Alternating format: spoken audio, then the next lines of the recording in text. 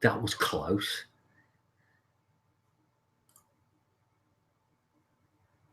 What's Richard doing? He's freaking me out. I had to bring Gary in. Hello, Gary, you're going to have to unmute your microphone, dear sir.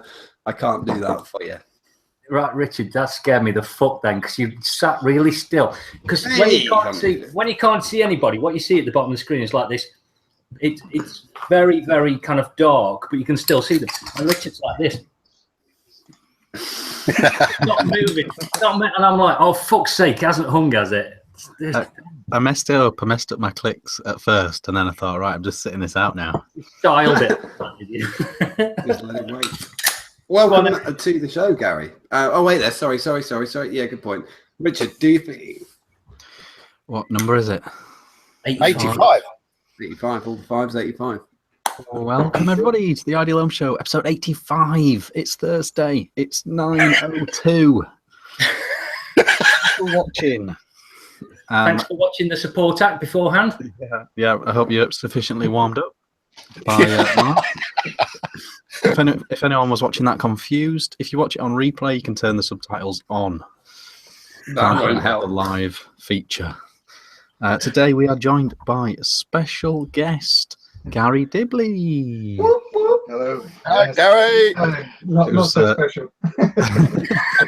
stolen Mark's chair. Yes. Yeah. Well.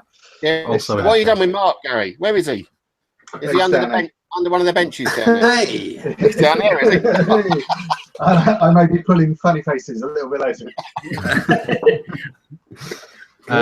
Straight in with a blowjob. Mainly going to be talking about squonking, but we'll also be talking about what we've had for lunch and dinners and things like that. And we'll ask Gary some questions from a variety of places. I got really confused and I thought you were talking about me for a minute. Two Garys on the show tonight. We've got two Garys on the show. Your name's spelt correctly, though. Mine? Yeah, 1R, isn't it, yours? Oh, yeah. No, I'm ceding that honour to Gary tonight. Instead of Gary. This is just getting fucking weird now. Let's begin. John, how has your week been? What was the last James Bond film you watched? And what did you have for lunch today? Yeah, I can do that.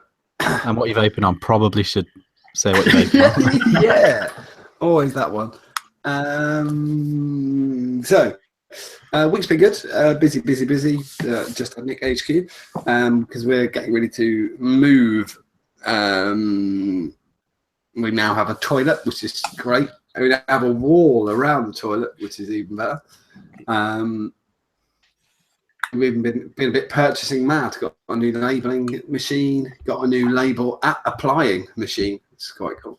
The previous label applying machine was called Eva, but we've now got a machine to do it. So, I think that's quite good. If you think we've sold, I know we've dispatched something like...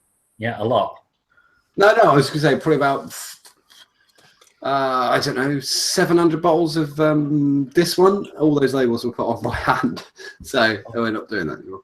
As for next week, we're going to be doing that. What's going on?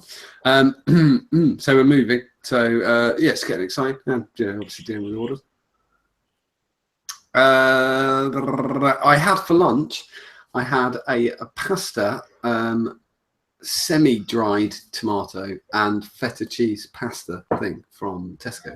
And as anybody who works for me will know, I had, because I do it every day, I had two tangerines. I think I have 2 oranges for lunch every day.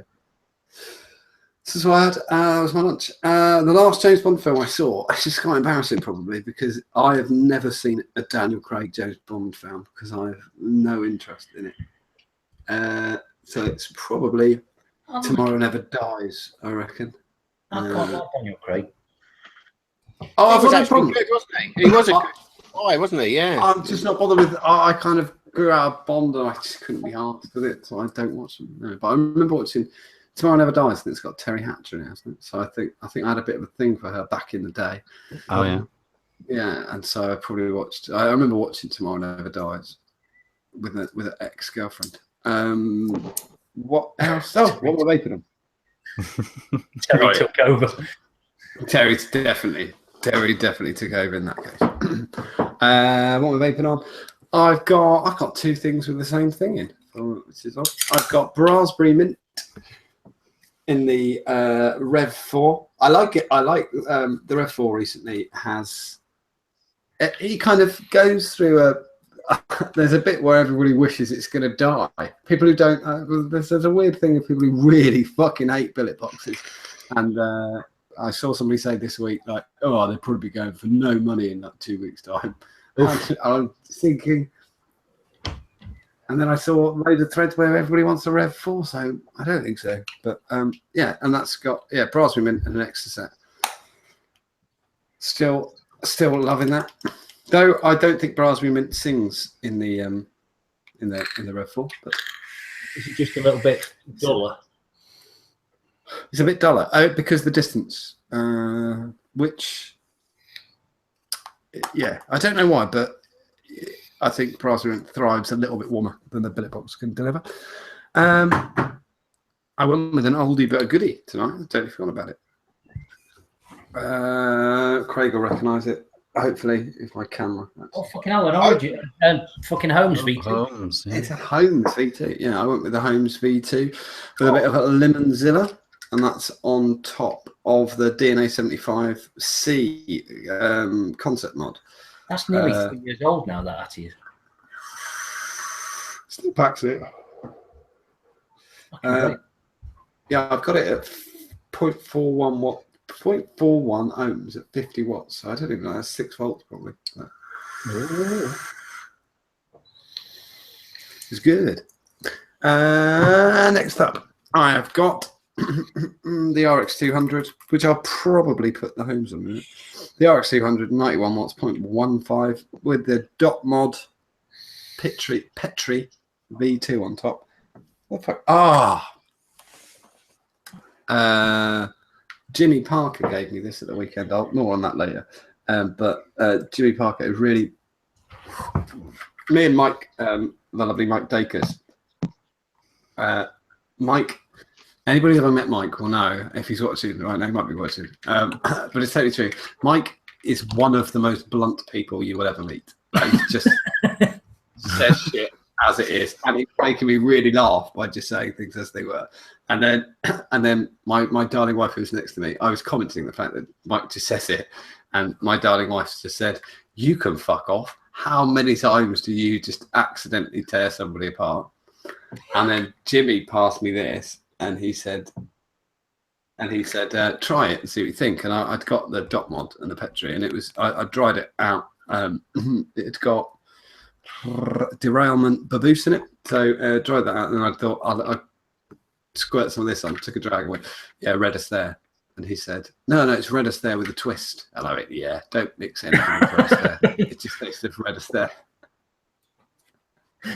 I sort of backed into a corner, really. Yeah, it's Redis there. Bless you, Jimmy, but what you've created is a waste of whatever flavour you put in there. Really, really kind of you there. It was really nice. And he made it into 12 milligram. And I'm vaping it tonight as a sort of as a tribute to you, really, because I don't like Redis there, but I will because I like you. I don't like Redis there. Redis there. Next thing I have got is the Moonshot, which I've taken the black drip tip off, as per Craig. Oh, saying so. And I just think it looks way better. And I put an Origin tip on top, and I don't even know what the fuck's in it. Let me try and. Oh, I know what's in it. It is funny. You can buy all these liquids from Just Having It. Raspberry and lime twist by the Ice Cream Man. I've got to try that. That's well steeped. It really is. It isn't actually that old. It's because of my nicotine addiction. It tastes when you. This is one thing I'll say. When you age it, initially the taste is Twister lolly, but when you've steeped it, no. I don't know what to do. I just said the word. I didn't want to say it. I said wow. Oh, wow. Oh, this is... bad. Oh, if anybody can make a clip of that, please. When you've aged it, that's so twatty. Oh, wow. Fuck. When you've aged it, it tastes like pop rocks. It doesn't matter what I say now. Nothing. You can't listen to me tonight. Surely it's when it's aged. The game is over now. No, I've done Don it. said steeped. Yeah, I've done it. I said it. Right. But it tastes like pop rocks after a while. Hot rocks. Fuck it. Yeah, it don't matter. Don't listen to me because I just said a word which means it's got solids in it, and it hasn't. So ignore me completely. And last one, you can't believe me. That isn't a nano. It says a nano, but it's not one because it's not. So we've gone over this. I thought we've established that is not a nano. It's just far away. It is a Vapor Giant Nano. I hope it is. I mean, we've already proved that I speak bollocks. I think you should have a word with Vapor Giant about it and just sort of say to false them. advertised, isn't it? It really is. I think I need this. If you bought that thinking it was going to be a nano, pricing, you'd be quite disappointed, wouldn't you? Yes. Oh, and what am I drinking? The first drink of tonight is I'm going to try and drink all 4 of these before the night's out. Fuck. Challenge accepted. Okay, why not? Challenge accepted. I've got Black Dog by Elgood's Brewery, which Jimmy Parker did bring me, and I did like the taste of. Black Dog by Elgood's Brewery. Right.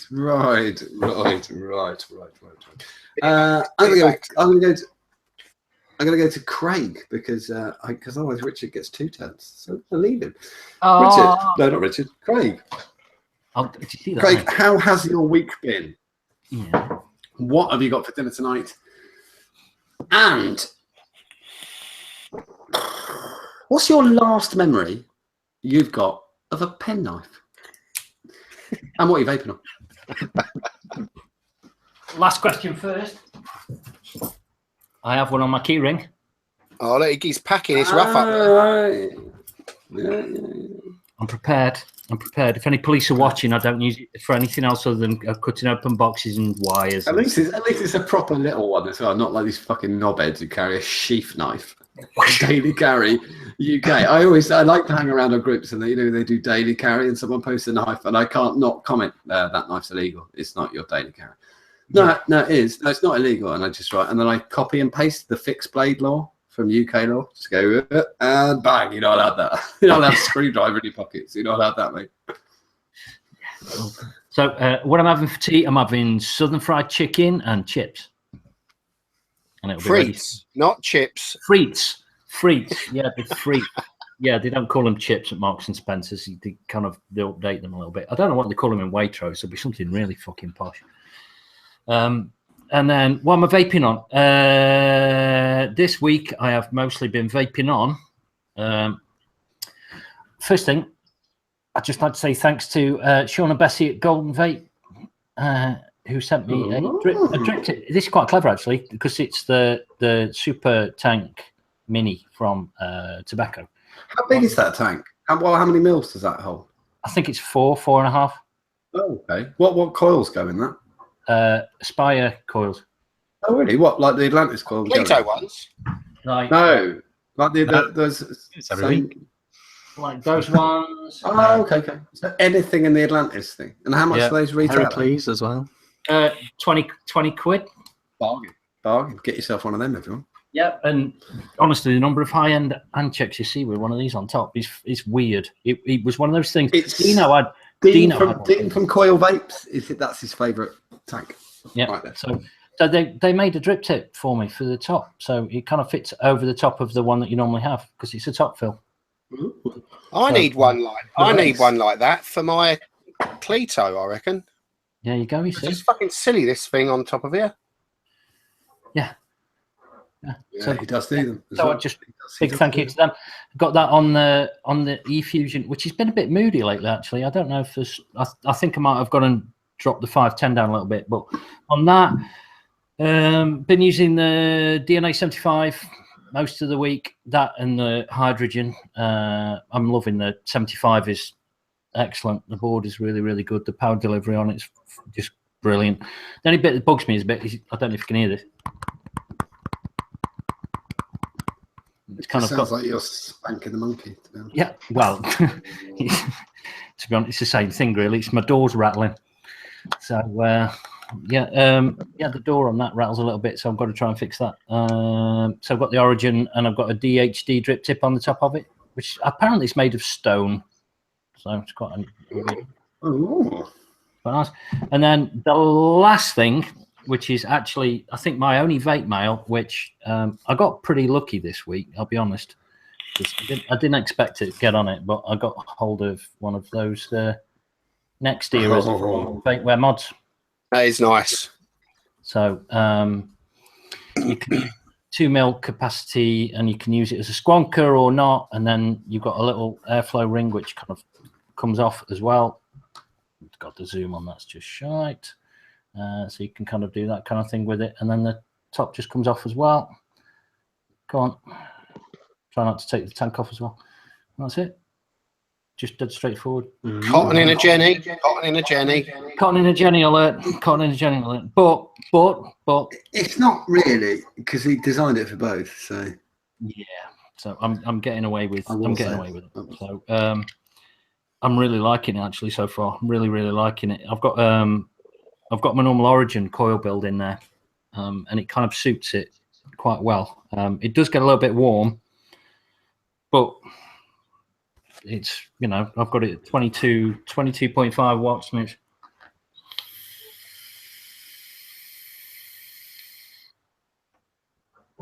lovely and quiet as well. it's got that. That's a bit gurgly because I just took the top cap off, but it's working really, really well. So, yeah, I'm really, really liking it. I really do like it a lot. Dead easy to put together. Everything just fits right. The tolerances on it are spot on. So, yeah, I'm very, very, very happy with that. So, I just want to say a big thank you to Greg and Costas and all of the Vapeware mods lot for letting me have one, really, because they weren't easy to get. And I will hammer the living shit out of it and let you know how I get on with it. So, yeah, I'm well pleased. It did cost a few quid if anybody's interested in how much they are. I think they're about, what is it, 160 or something like that, I think. I think the most, isn't it 160 euros, 150? It's about 150 quid plus postage. Yeah, with all of the postage and everything else. But it went out for delivery on DHL last night at 4:20, and it was in Nottingham for 8 o'clock this morning, and it was in my hands by dinner time. So pretty good. Yeah, really, really good. So I just want to say thank you to them for that. So really, really appreciate it. And on that, I've got it on there. Dacus. Yeah, Dacus with the I. That's nice. So yeah, so that's what I'm on, and my week's been all right. Good. Right, I'm gonna pick the other Gary. The other Gary. The other Gary. I'm gonna get me tea. Go on, then. Give him some questions. Oh, God damn it. How's your week been? What are you vaping on? And oh, fuck's sake. Are you interested? Would you buy an Amazon Echo? What, because you've got one for sale? It's plugging that off cheap, isn't it? Yeah. So week has been. Is anybody else having mic problems? I can't really hear. Oh, your mic's getting a bit choppy, Gary. He's not got your phone in the background. Yeah, no, it's top. He's down here. I think he's just dropping the wire. It's really got you. Give it a quick. Really bad. Yeah, give it a quick refresh and then come back and it'll sort out. We'll wait for you. Yeah, just refresh the screen, Gary. It's gone for some reason funny. 1 sec. Yeah.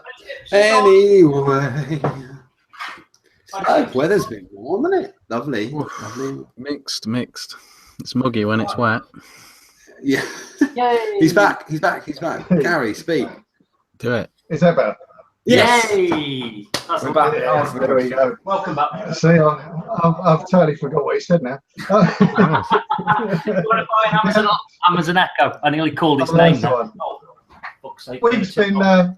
Week's definitely been interesting, busy. Dog, kid, wife problems, but In that order. yeah, it's just have had a bitch of a week. That would be the best way to describe it. I'm quite boring when it comes to kit. I mean, I've got I think it's Richards actually, Telsa 120 with the Aspire Exo on top, with some punchy. And I'm really loving that feel that comes with the Exo. You know, the big 0.08 one. workaround one, we'll call it. It's cracking. The first one lasted about 6 weeks. Oh fuck, that's good. And this one's on week 2 since Expo. And Cactus Punch in there. Good man. That is what I like to hear. There we go. Well, you're right. Got the crack going. I'll have to remember it. It's was it just Ed Nick or some site like that? Yeah. And then the SVP with a big mother clip tank on top with slime. Good man. And this one's this one's been my little pocket work mod, which is a little eye tasty job. Oh. With the slip tank or whatever it's called, slipstream thing on the top. I'm finding that absolutely cracking for just day to day, if you know what I mean. And in that I've got the 12.5 milligram Dr. Salt stuff that I picked up at Expo. Yeah, you were running around looking for that, weren't you? Yes, it's interesting. Definitely. So how does it work? How does it work then? What's the difference? Because I don't know anything about it at all. Apparently, it's to do with the processing. So effectively, when they extract the nick for the nick salts, they actually crystallize it, salt form it, and then that is re-diluted back into the PG, VG, whatever. And it's I'm gonna have to go against your explanation. Sorry, Gary. No, it's fine. That's how it was explained to me. But that's not true. I don't know if they told you that the person who sold it to you. That's not true. Okay. At all. I don't fucking know. They don't take out. The simplest explanation is that scientifically, nicotine is a salt in its natural form. Yeah. It would fall under the classification of salt. And what they don't do is take out the benzoic acid that is used in the extraction, and that's what takes away the throat hit. So you can take less drags and get more of a cigarette hit from it. But no, it was never solid. It wasn't. It might have been at some point in the refining process, but then every nicotine is. But nicotine as chemically is a salt. That's the explanation. Yeah. I'm just really fucking boring. I haven't got a fucking clue. You can tell. Bottom line is it can be higher in nick and not as harsh, isn't it? Yeah, it is. And at 12, I mean, I'm normally 6 milligram, sort of all day long.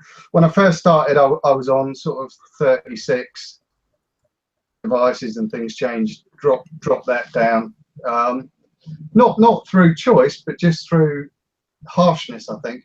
And this is the first liquid I could say that I can vape at like 12.5 milligram. And it's smooth. It's really smooth. Do you find you vape less with it? I've not found that. No. Okay, so it doesn't work.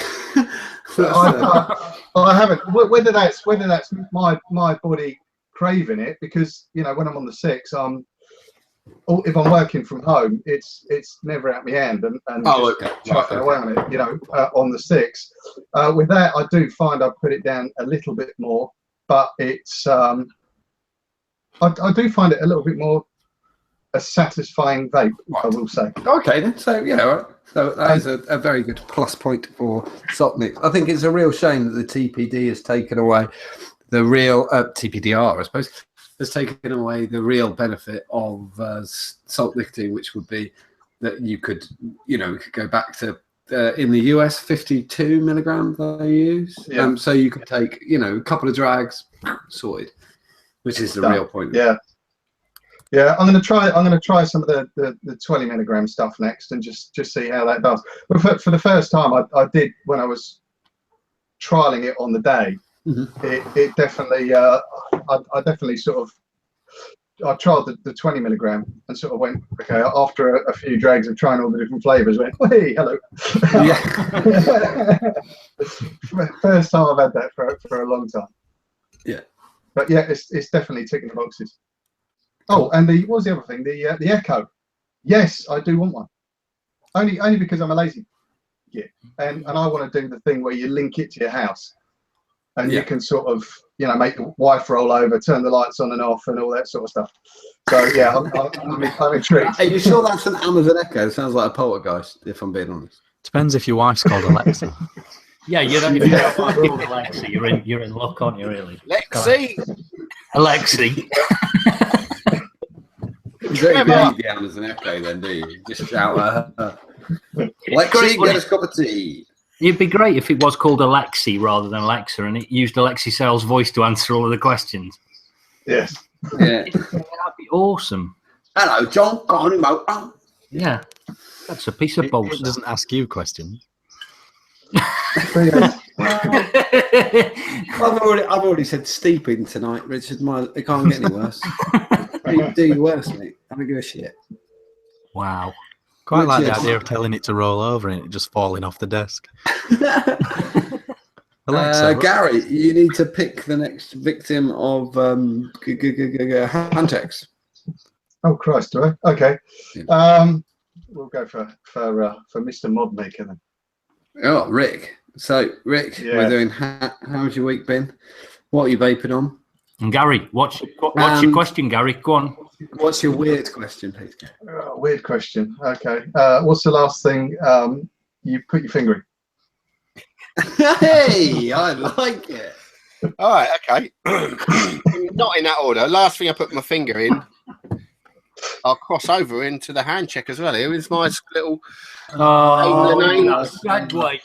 This is why we have you on the show, Rick, because you're a fucking consummate professional. Yeah, I've got my Tippy mod here by Aidan Lenane. Yeah, that's the last thing I poked my finger in. I think. And before that? I might have picked my nose earlier, but no, last thing would be this. And yeah, I got Voodoo Brew in that, my usual tipple, and with a Goon 1.5 on top, converted to bottom feed. And don't say it. Sorry, I was just thinking. I'm glad I didn't get that question because I was in the shower earlier and I slept. I had an itchy belly button as well. But, okay. Yeah. It's blue. It's always blue, isn't it? You notice that? It is. Yeah, I want to know why. Yeah. Is it I haven't noticed that. No. Sorry to spoil the party. Right, how's my week been? My week has been crazy. So busy. Yeah. Heads all over the place. Some weekend work coming up to try and get through the backlog. So if you're waiting, thank you for your patience. Much appreciated. We're working hard to get through all of your orders. What am I vaping on apart from that? Okay, yeah, I've got my abstract mod, Bakers, with an XO on top. Star plat on there. Still enjoying that, Mike. Thank you very much. It's such a nice bloke, Mike. Gosh, Mike messaged me earlier and he said, I've got some Star Plat 75 watt boards. Do you want me to swap your board over in your mod for you? And I was like, no, I'm happy with it how it is, mate. But he's such a nice fella, Mike. So hat off to you, Mike. What else? Okay, yeah. Oh, yeah. And in that, I'm vaping some of the French Blokes stuff. I'm still on the French Blokes stuff. One day we'll find his name out. Melon, peach, Sembang juice, blue and everything. Sembang? I went there. Me and the wife. Lovely. Yeah. It's nice. It's a peach menthol, melon peach menthol, and it's got, I think it's about 50-50, but it's nice and it hits nicely and good throat hit in the Exo. And I've got the rebuildable deck from the old Cleto in the Exo there, so it works properly. What else? Okay, yeah, another Goon 1.5 on my Thenar mech mod with Baboose in that. Good man. From this place, this little place called Just Add Nick. I don't know if you've heard of it. It's worth looking out. It's quite good. It's quite good. You get the old, you get the concentrate and the nick, and you put it all in a bottle, give it a shake, and you've got loads of juice for not a lot of money. So we got a delivery earlier, and I gave him a tip for moving the box because I found that he was a vapor. So he left with 100 mils of summer slurp. That was concentrate. No, I did a kit for him and just gave it to him there and said, "Look yourself, family." Yeah, just gave him the concentrate. Said, "Vape that." Yeah. And that's me. So it's Richard. Richard. Good. Right. I'm guessing Richard's not vaping on the exoskeleton. Not anymore. How's your week been? What are you vaping on? And have you cut the grass in the back garden? Yes. I can't believe what picks up people's interest on a video. Amazing. And have you got yourself a pair of flip flops by the back door to put on your feet when you go? Oh yeah. Do you know what? I don't do that. The reason I don't do that is because they just go missing. Oh, Richard, just say you don't like flip flops, then I'll high five you instantly at a vape fest. Just go flip flop. I turned up to Expo in flip flops. I don't like the in between the toe one. Oh, I just don't like it. I hate that noise. That flip flap. It's just annoying. That's an amazing noise. Richard, I'll tell you what we'll do. We'll start a Patreon up for a pair of Crocs. As long as it's not got my name on it. No doubt Coilmaster will probably bring out a pair soon. Yeah. Probably a pair of spinners on the top. Sarah said that. She said it's a good job you do your reviews because otherwise you'd have no clothes to wear. Which she said with an air of cynicism about what I dress like.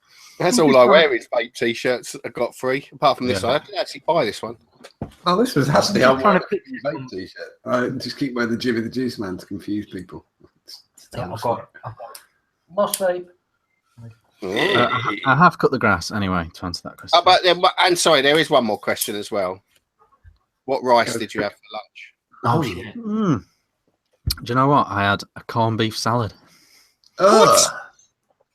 Well, fuck. No, Richard. Why are you eating corned beef? I like it. No. I like it. It's just part of it's a staple. It's bad as spam. I used to like it. I used to like a bit of corned beef hash. That was quite a nice dinner to have. Beef hash. No, you enjoyed the hash bit, Rick. That's what I was going to do. We have a guest on, and the first thing he says is corned beef is as bad as spam. That's outrageous. It is. Spam is pretty bad. Spam's a million times better than corned beef. No, my dad cut me off corned beef when he said to me, all he did is I was eating some corned beef one day with my dinner, which his lovely wife made, and he said, he just looked at me over his plate and went, "Did you know there's no bin at the corned beef factory?" Oh, God. And he went, "There's no bin." And I went, what do you mean? And he went, "Oh, that's eyeballs, bums, mouth, any old bits of shit." That's beautiful, though, isn't it? No. If you can fry it up and get a bit of a crisp on it, and when it's cubed up, it's got its appeal. Yeah, you can do it in like a big bake. It's a different thing. You can do it like a roast. Not literally just take out the can and just put it in there. That's a whole. It's like a corned beef happy thing. But yes. Your wife is a lucky lady. Well, she didn't have it. No, she's not properly from Yorkshire. Oh, is she not? Good woman. Is she a southerner? No, she's. Let's not get into it. Oh, Lancashire lads. Oh, can I?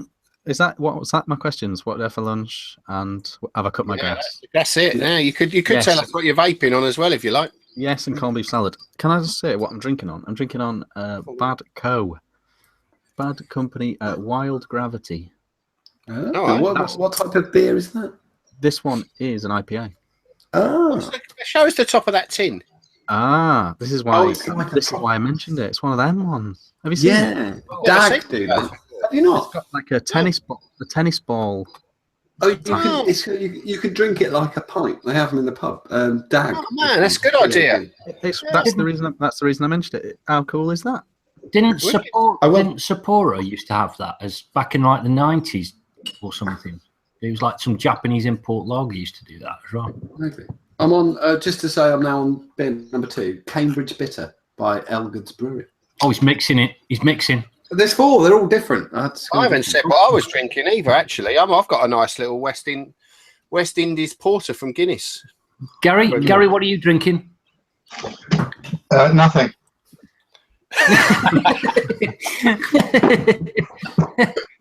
Water.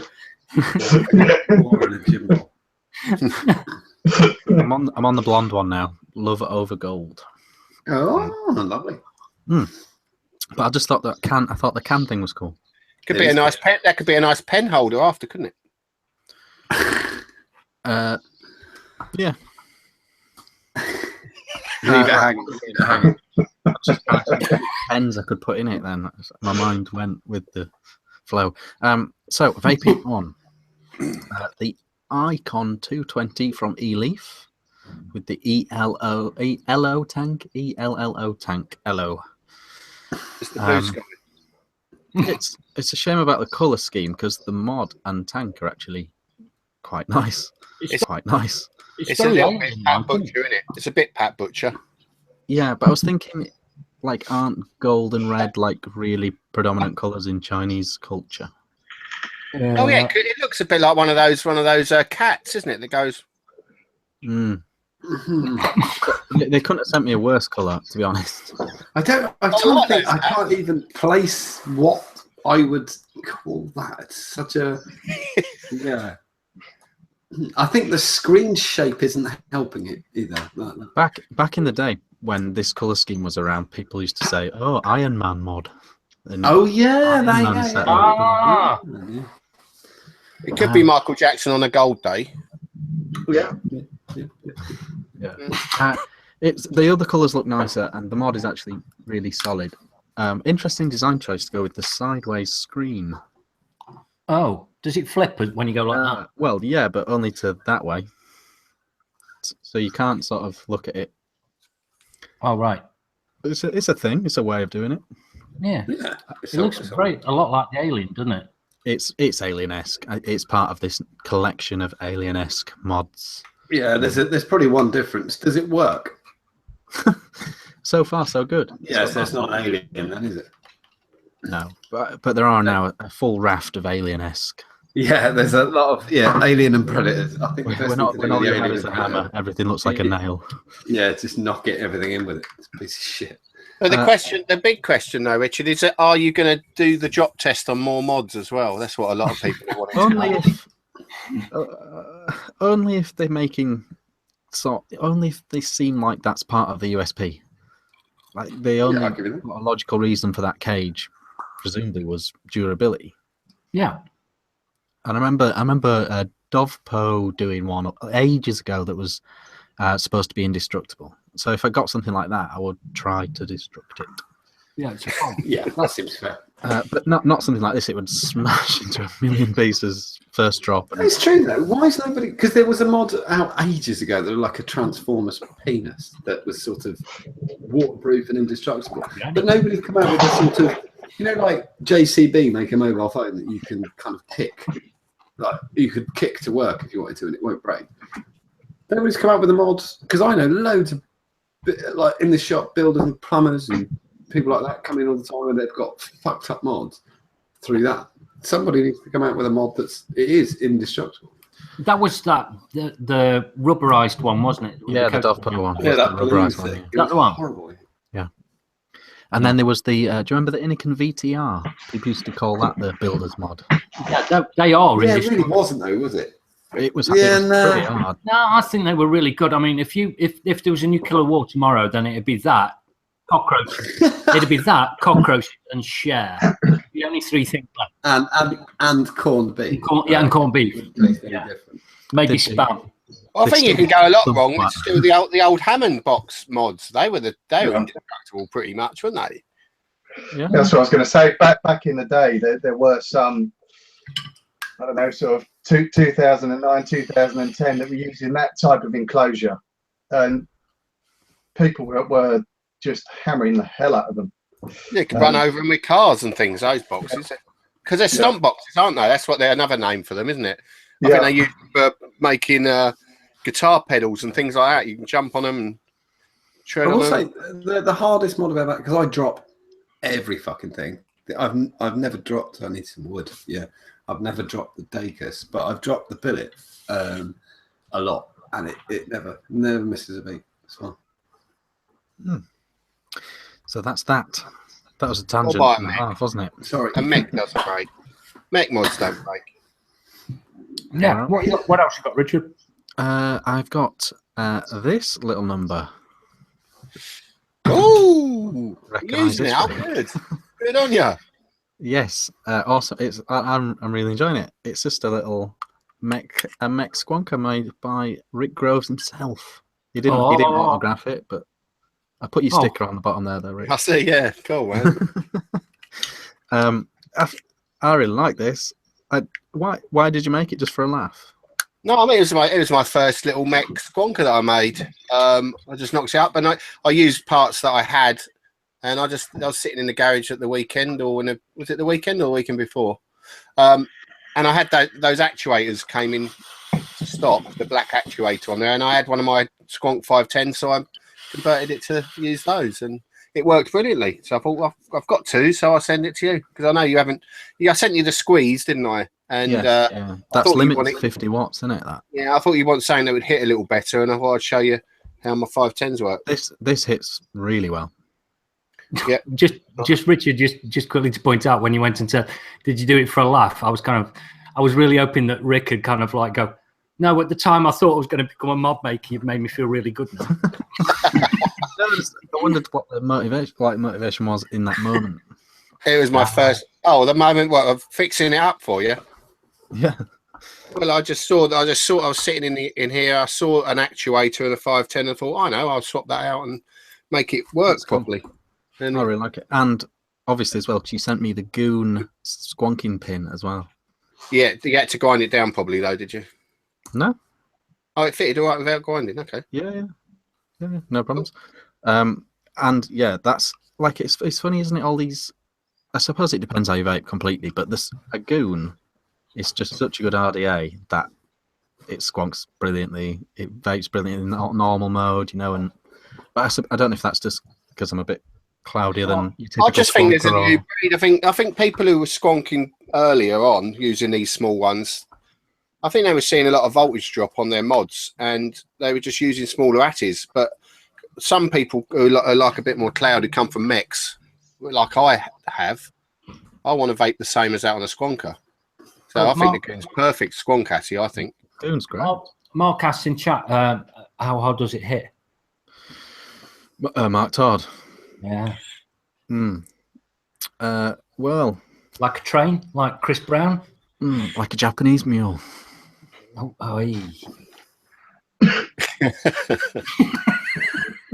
Right, so that's that. So yeah, really pleased with that. Thank you, Rick. For Very cute little mod. Yeah, it's I don't know. I'm a bit sucker for simplicity, and it's just a mech, little mech squonker. And it's a treat to use the Goon actually in squonking mode. And I've got this one in there. Still enjoying that. Available from America. From American .co.uk. Yeah. And I've got this. Holy I've been doing my due diligence on this. I think you should do the drop test on that one. You just wanted to smash all his gear up, don't you? I do. I think people are interested. They don't want to see reviews. They want to see destruction. The viewing figures don't support that argument.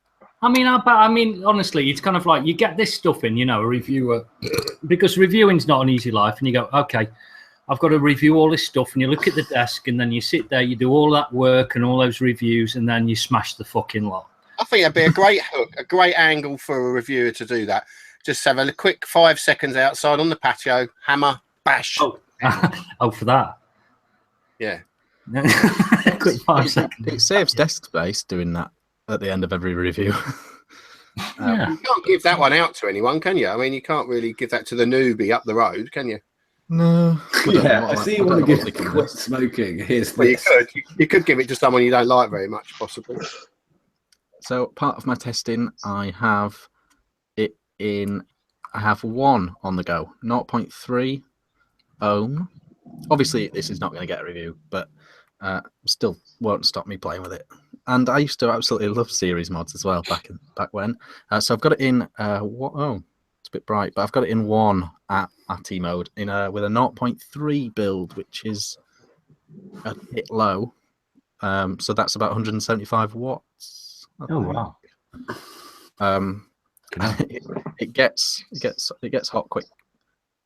So can I ask a really silly question? But when you've got it on 1, does air still pass through the other one, even though it's not being used? Well, I've closed the airflow on the other. Ah, okay. So it wasn't fixed. But the drip tip still tries to draw it from there. Yeah. Because it's split. That's aside from the trouble that they've had with the minimum resistance that they've stated and the fact it's a starter kit on the box. The actual mod needs work. They've not thought it through at all, really. There's no way of dripping into it because of the nature of the drip tip design. So you have to take it off. Can you take off the drip tips? I've not seen it with it out. Not really, no. And so every single time you've got to take the whole. Oh, that's handy. Down the pub. And don't forget, it's a series, so you're going through juice, so you're dripping a lot. Could you imagine if you worked in like a bank and you had that? Excuse me, Doris, I've quit smoking. I'm just going to use this. And then you've got to line it up every time. And there's that. But I was thinking it'd be really cool if the drip tip was on like rails. Oh, right, yeah. So you could slide it to one side, drip in, slide to the drip in. Don't give them ideas. Don't give them ideas. They'll probably do it. So that's the thing. It's also, I think, I may be wrong. Again, this is pure speculation. This just feels like plastic. Now, again, that's going to get really hot. Yeah. In something like this. If you get a torch or something, you can test it out if it's plastic before you smash it. I'm not smashing this. I'm not giving this any. But it's a shit idea. This might end up being incredibly limited edition. This is going on the shelf.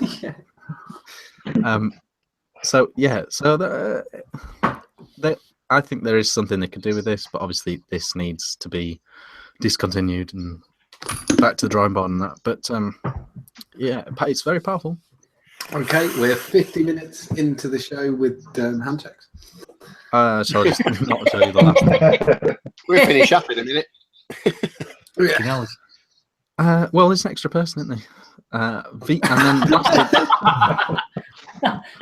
he took so long, Gary. He really did take time. He waffled on for so long, Gary. I do apologise. What is that? Is that a night?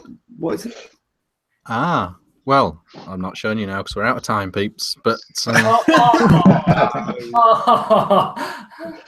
show it. To be fair, we talked about corned beef for 10 minutes. That's true. That was important. Oh, yeah.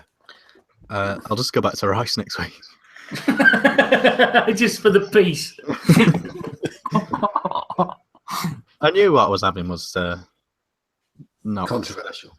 But so this is and I have to read it off the mod because I'm not that far along yet. The V1ckar.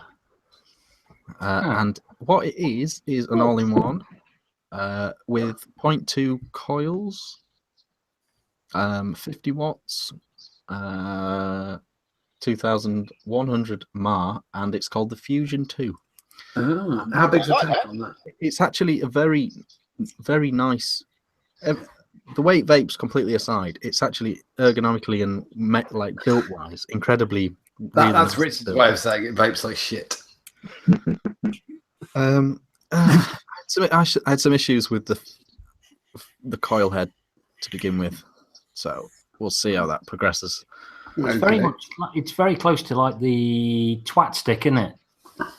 I would say it's more like the Night V2 actually, which I've got Oh, next because to it's kind of like, Attylus. It's Attylus. yeah, but I meant looks wise, it looks like similar. In real life, because they obviously send you a picture first and stuff, but in real life, it's something about it. It's actually really. The screen's on top here, and I don't know. There's a, dare I say, a slight high end feel to it in the hand. I know that's very incredibly dangerous thing to say, but Yeah, it just feels incredibly solid. It just feels really solid and neat in real life. You can keep your artisans, get one of those instead. To be honest, yeah, I mean the high end now is just all about pods and bows and jewels now. So I mean, that's not the real high end.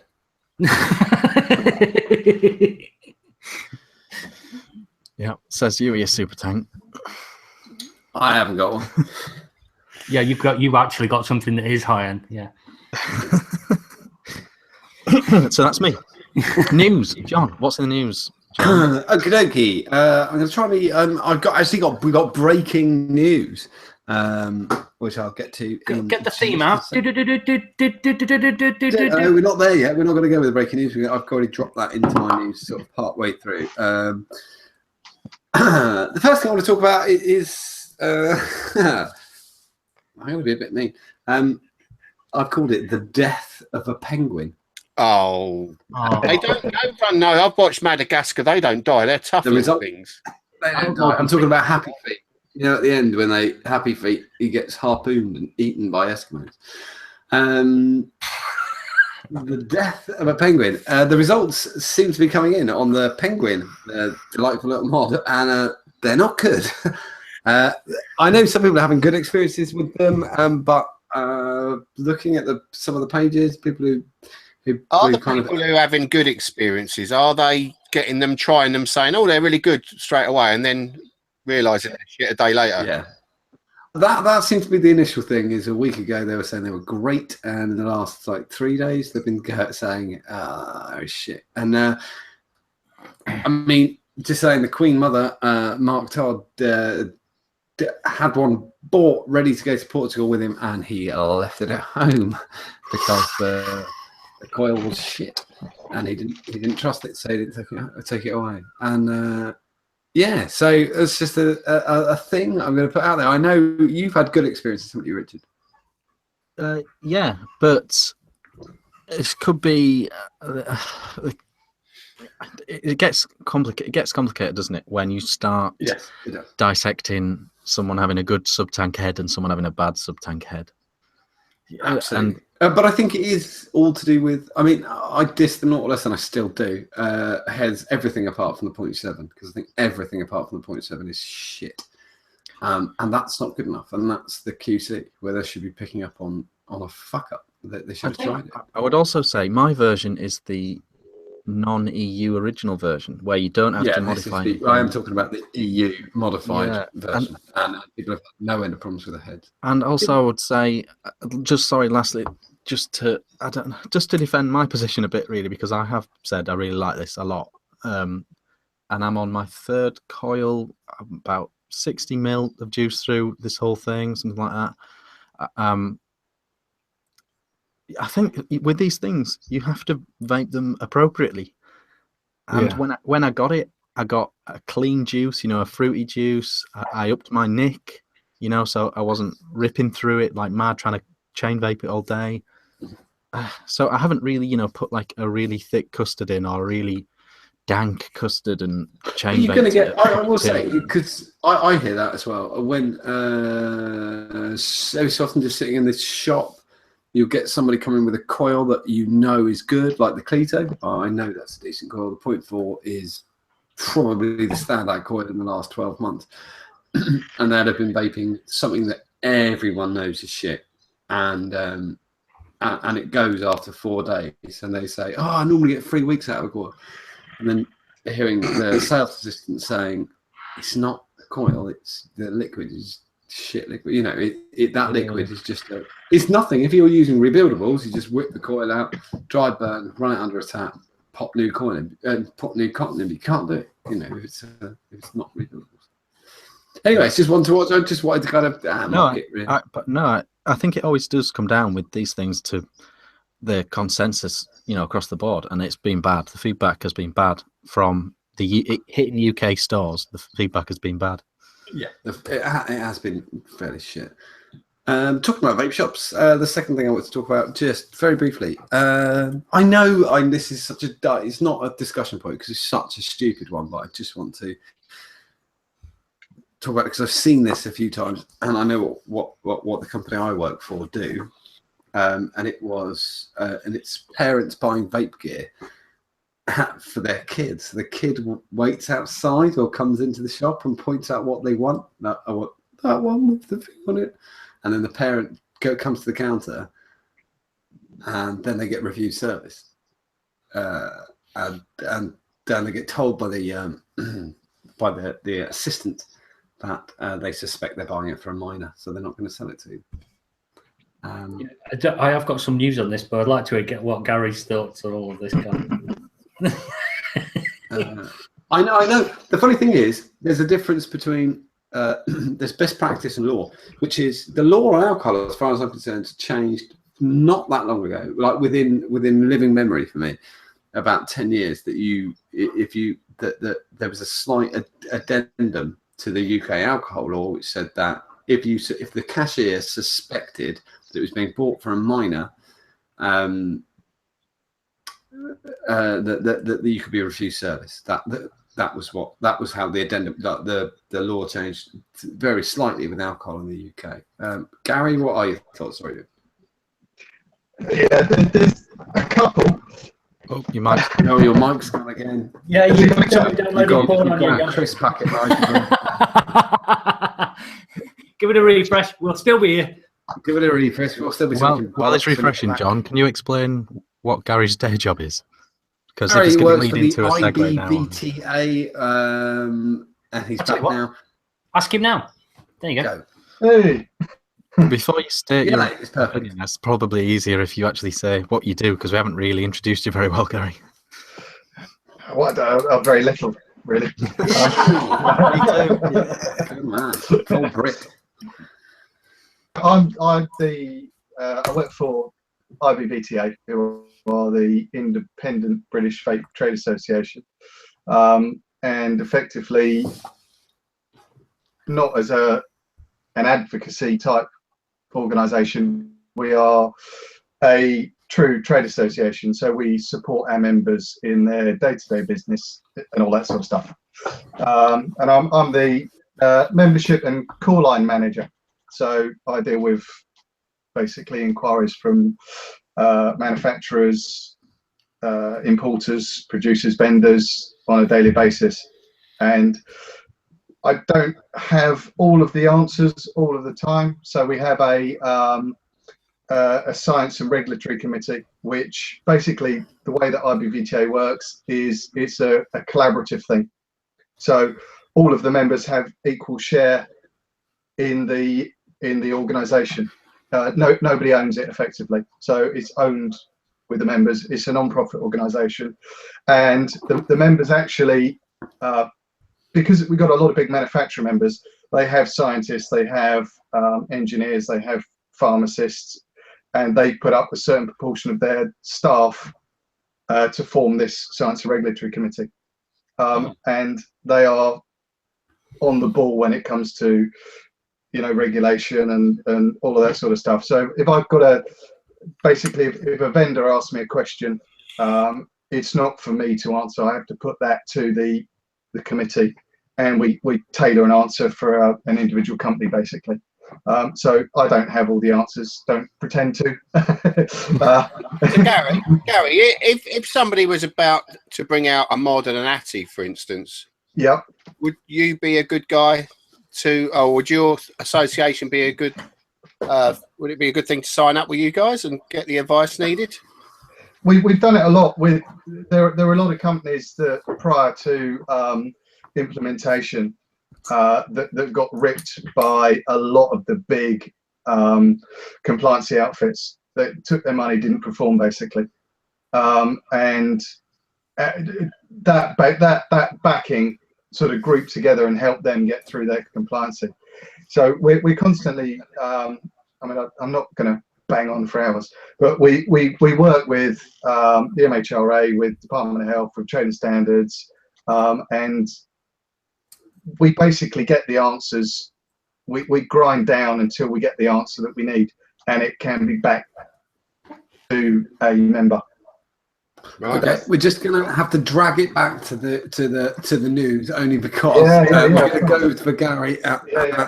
No, but you got the kids thing though. You were on the kids thing, weren't you? That's really I mean, basically, some of the vendors I've spoke to, obviously, from a there's an ethical and a legal angle to this. Yeah. So if categorically a vendor sees a kid going into a shop, pointing out equipment, and then the parent goes in to buy it, realistically, from a legal, they have to decline that customer. Yeah. Because they know damn well that's being sold to a child.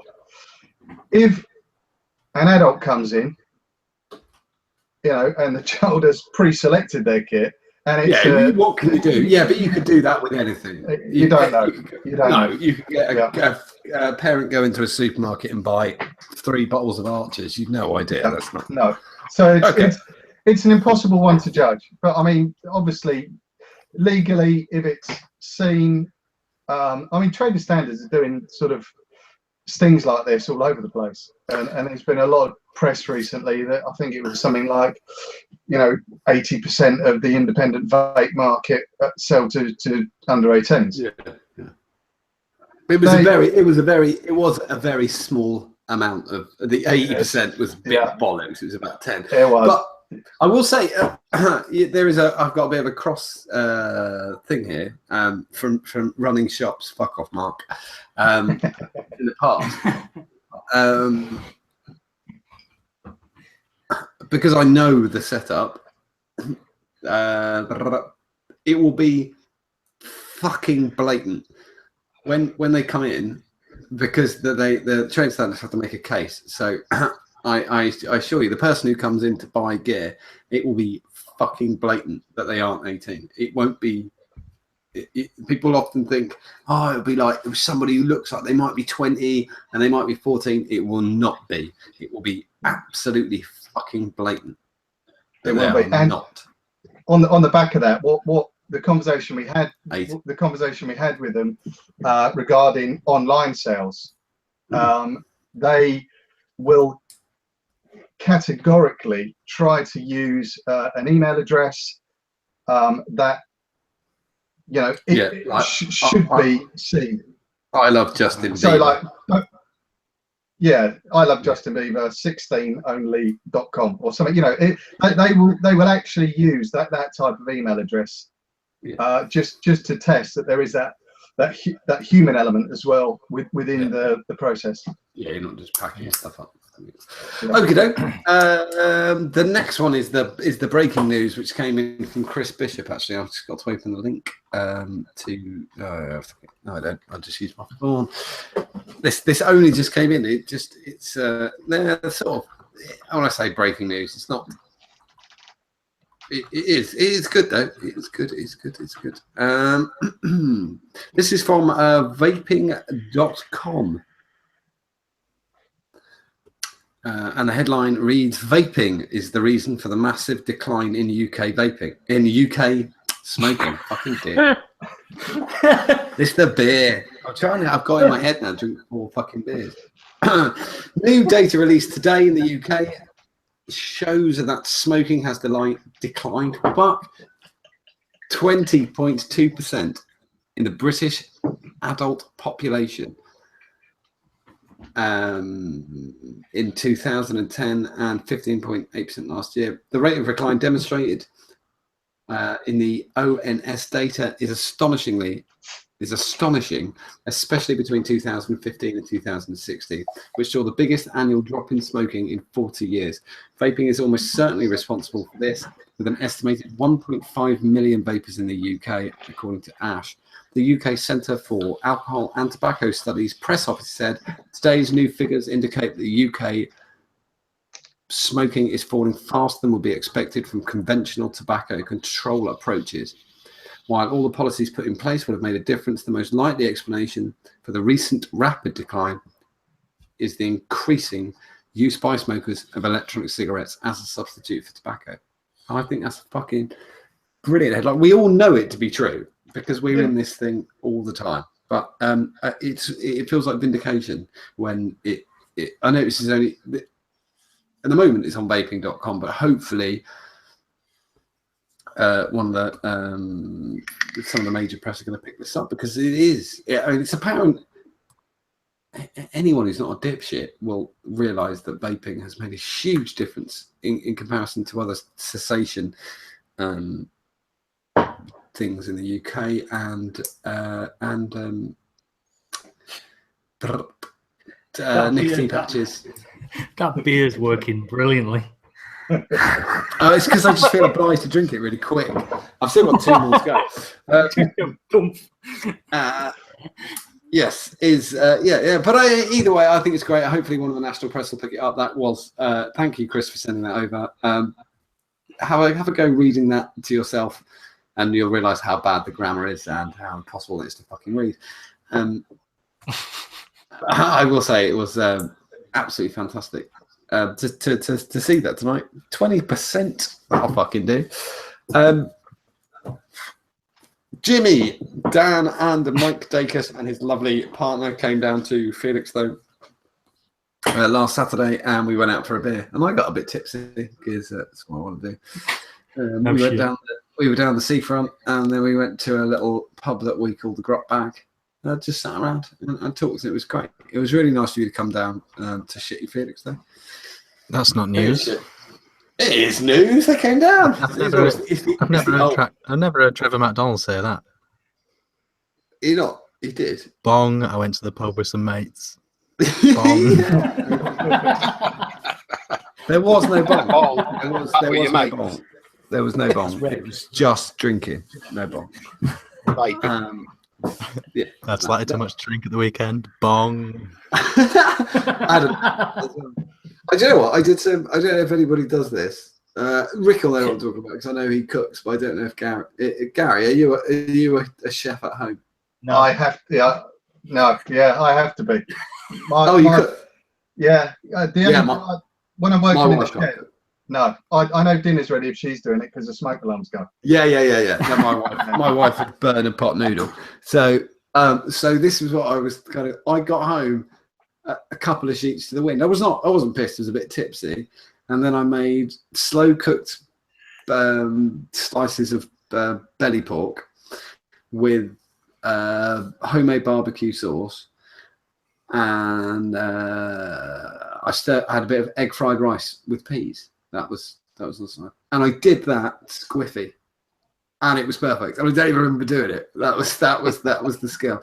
And I had a nap while the pork was cooking. Popped it all in the oven, and then just fell asleep with a doze. I had a little doze for half an hour, and then the alarm went, oh, and then I made the thing. I was just really proud of myself. A bit of pissed cooking. This is the greatest news ever. Fuck off. The other one is, I'm just going to be really rude, because I've just put this on here. My wife is doing the greatest swim this Saturday, and she's only got to swim a mile, but she's got to swim a mile in open water, which she doesn't normally have to do. If you're my friend on Facebook, fuck over to my page and find the sponsor link and sponsor her to swim. Put it in the group. Put it in there. Put it in the group. All right, I'll do it now. But anyway, she's swimming a mile for Macmillan at the weekend. She's never done it before, and she's going to give it her best shot. Hopefully, she won't drown. Craig, hello. Your news. Is it? Well, I put up a Fred. Didn't even drink. This tea's ever so strong. You lightweight. I put up a thread about cloud gazers, and nobody did any of them. It was. I didn't see that. It was. I did see it. I think it got taken over last night with the reply to a reply to a reply to. Yeah, and. You missed out. You could have won some lovely stickers. Yeah, so we'll. I think what we'll do is I've got a thread coming up which will probably go on for a little bit longer than it really should do, but we've got a thread coming up that we'll sort some vinyls out for that. Next up, I've got, is it 50 cycles? I've called it, Rick. Yep. Mast covered this in a little bit more detail, and I'm going to cover it in. So if you want to go and see what Plumes have said on it as well, they need the subscribers and the views these days. Which is, oh fucking hell, they're going to so hurt me. He did some tests where he took the 30Q, the HG2, and the VTC6, and he did some aggressive discharging and charging of batteries for 50 cycles. 15 amps. Right. Yeah, so he really kind of pulled quite hard and then charged them at 44 amps. Sorry, not 40 amps, 4 amps. So it's, as you can see there, the cell temperatures exceeded 80 degrees C each cycle during discharge. It really gave them a battering.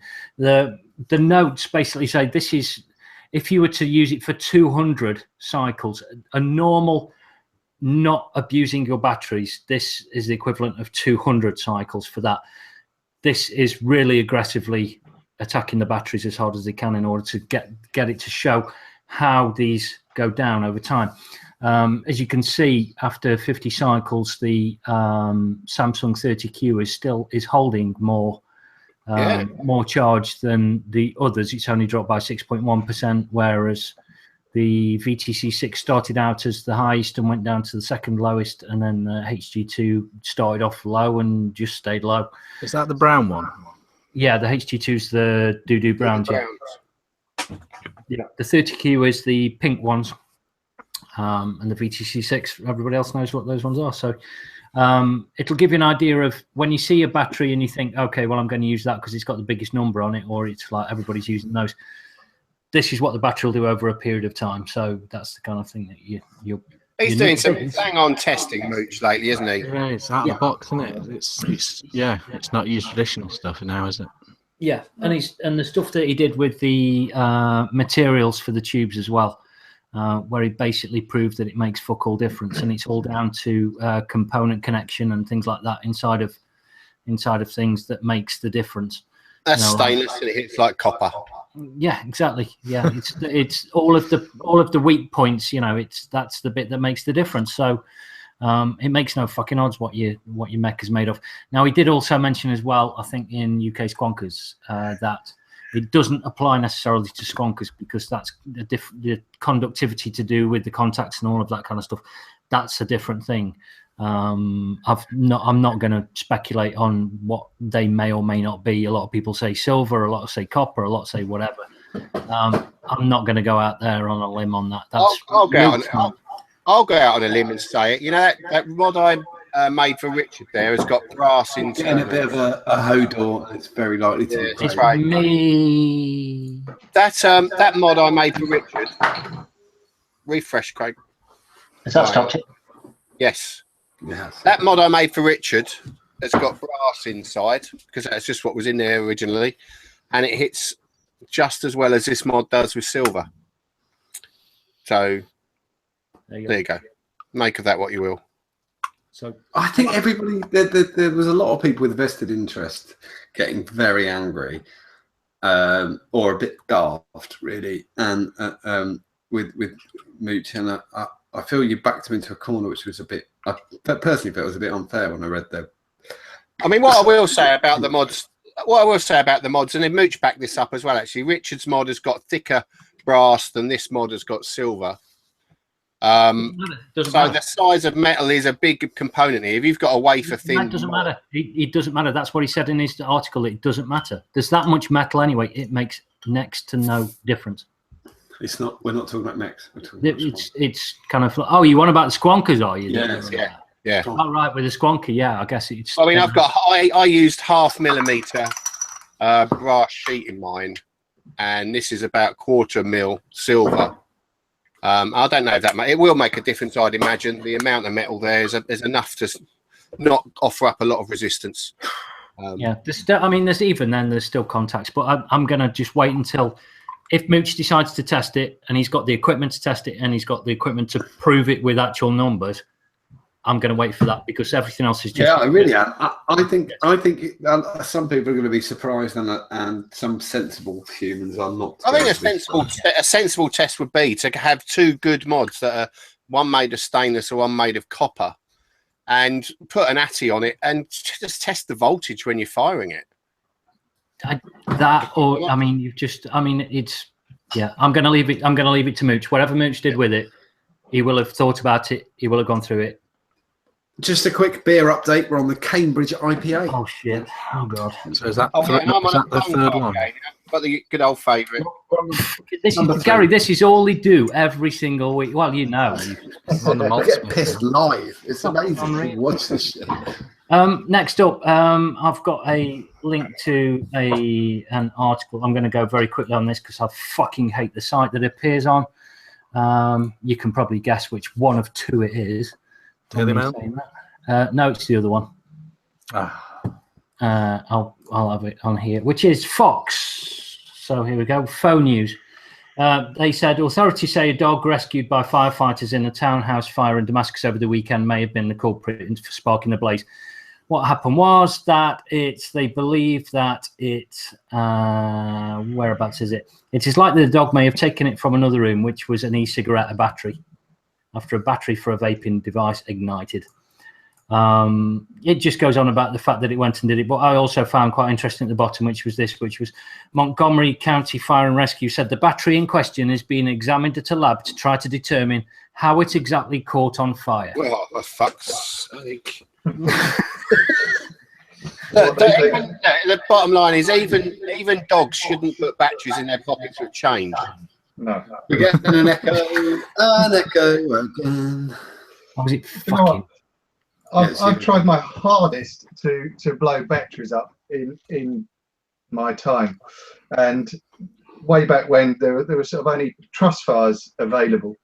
Yeah, there was and I stripped one apart and direct shorted a mod, and just left it sitting there, and it got hot. It got hot. And I was getting so peed off because I actually wanted to film this thing exploding. And I tried everything to get this sodding thing. I undercharged it, forced recharged it. In the end, I got so peed off, I filmed myself, and I stripped the end off a mains cable, plugged it into the house, and just put 240 either side of this thing. And I blew the fuse box in the house. The wife wasn't too happy. I had some great, but I still could not make one bloody blow up. I've heard Mooch say the exact same thing. I did this last year. I got half a dozen of the well-known batteries, dead shorted them. I even went out. I went out and bought some pig skin from the butchers. I had the camera set up. I wanted to film it to see what it would do in your pocket to burn your leg. So I thought I'd get some skin and everything. And I use E-Fest, VTC 5s. All these batteries, dead shorted them in a donor mod and ATI, a hybrid mod with an ATI with a recessed pin, and quickly shoved them together, thinking I'm going to get a bang and a bit of thermal runaway. Not a thing, just got hot. Yeah, it's hard work sending single battery into thermal runaway. Really hard work. I don't know how the few people are doing it, to be honest. No, bonkers. Anyway. Next up, I've got a picture of Nigel's hand. Have you? I have. Oh, I can't wait to see this. Let's have a look at Nigel's hand. It's a cautionary tale, and it's also, what he did was he'd got some, and Gary will probably know about this, having been involved in kind of like fiddling with. I mean, because you had a bad one a while ago, didn't you, Gary? Where something flew off and hit you in the eye. Yeah, I did. I had to go and get a chunk of acrylic extracted from my eyeball from the emergency eye hospital. Yeah, and I nearly lost a finger once. Oh, yeah. back in the old box mod days. Cheap Chinese tools, and I was pushing down on a tool, and it snapped, and the pressure of my hand went through, and I sliced right through that knuckle and severed all the tendons, and I had to go. I did something stupid, the typical man thing, glued it back together, and wrapped it up. Yeah, I wrapped it up, and I caught a bread knife, and they glued it back together at the hospital. So yeah, that was my theory.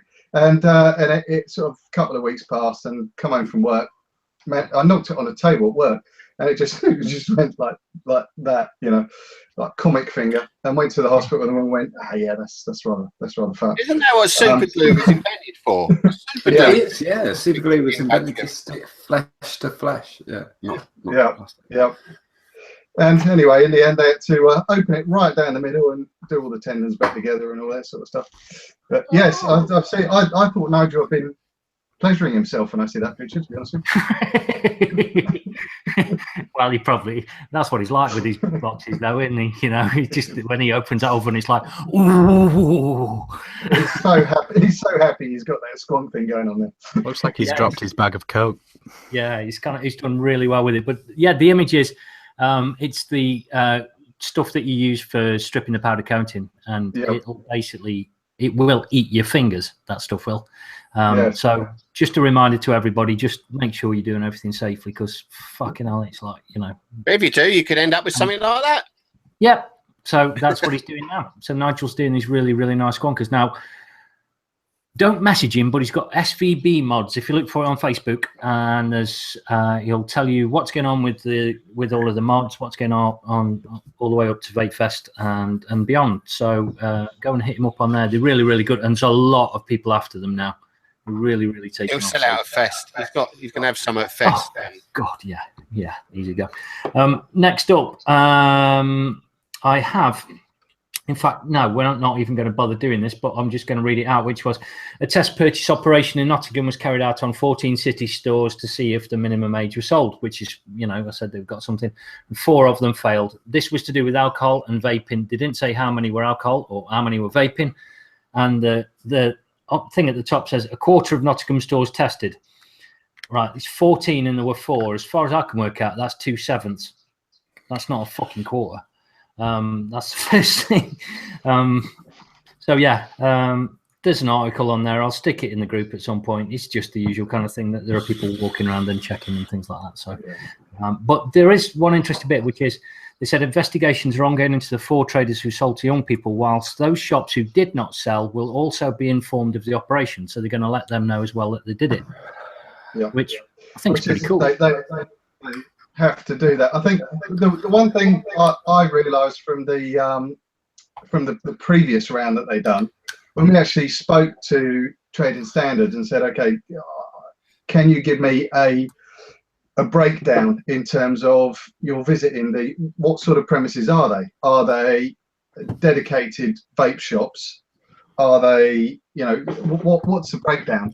And the majority of the people that fail are normally a off license that's got a little e-cig display, or a corner shop that's decided he wants to flog a bit of juice. Those are the people that tend to fail. Yeah, that's good. That's good. Like most shops again, I guess is. Yeah. I've just on the horrible topic of all of that lot. Have there been any large fines that have been handed out yet at all or around, or is it all still pretty quiet? There won't be initially. There won't be fines. I think the initial round will be advisories. Right. So if they're visiting a premises now, it will be an advisory. You are you failed on this, sort it, go away. They'll do a revisit if they've reoffended. Or just ignored the advice, then I think things will progress. But it's going to be it's not going to be instant. It's got to be a gradual process. You've got to, because so many people really just are totally out of it. They've decided they're going to flog vape gear, start a business, and just don't have any contact with the outside world. And I know you should know the regs if you're going to be trading in that environment, but trading standards won't go in and hammer you straight away. They will go in and advise.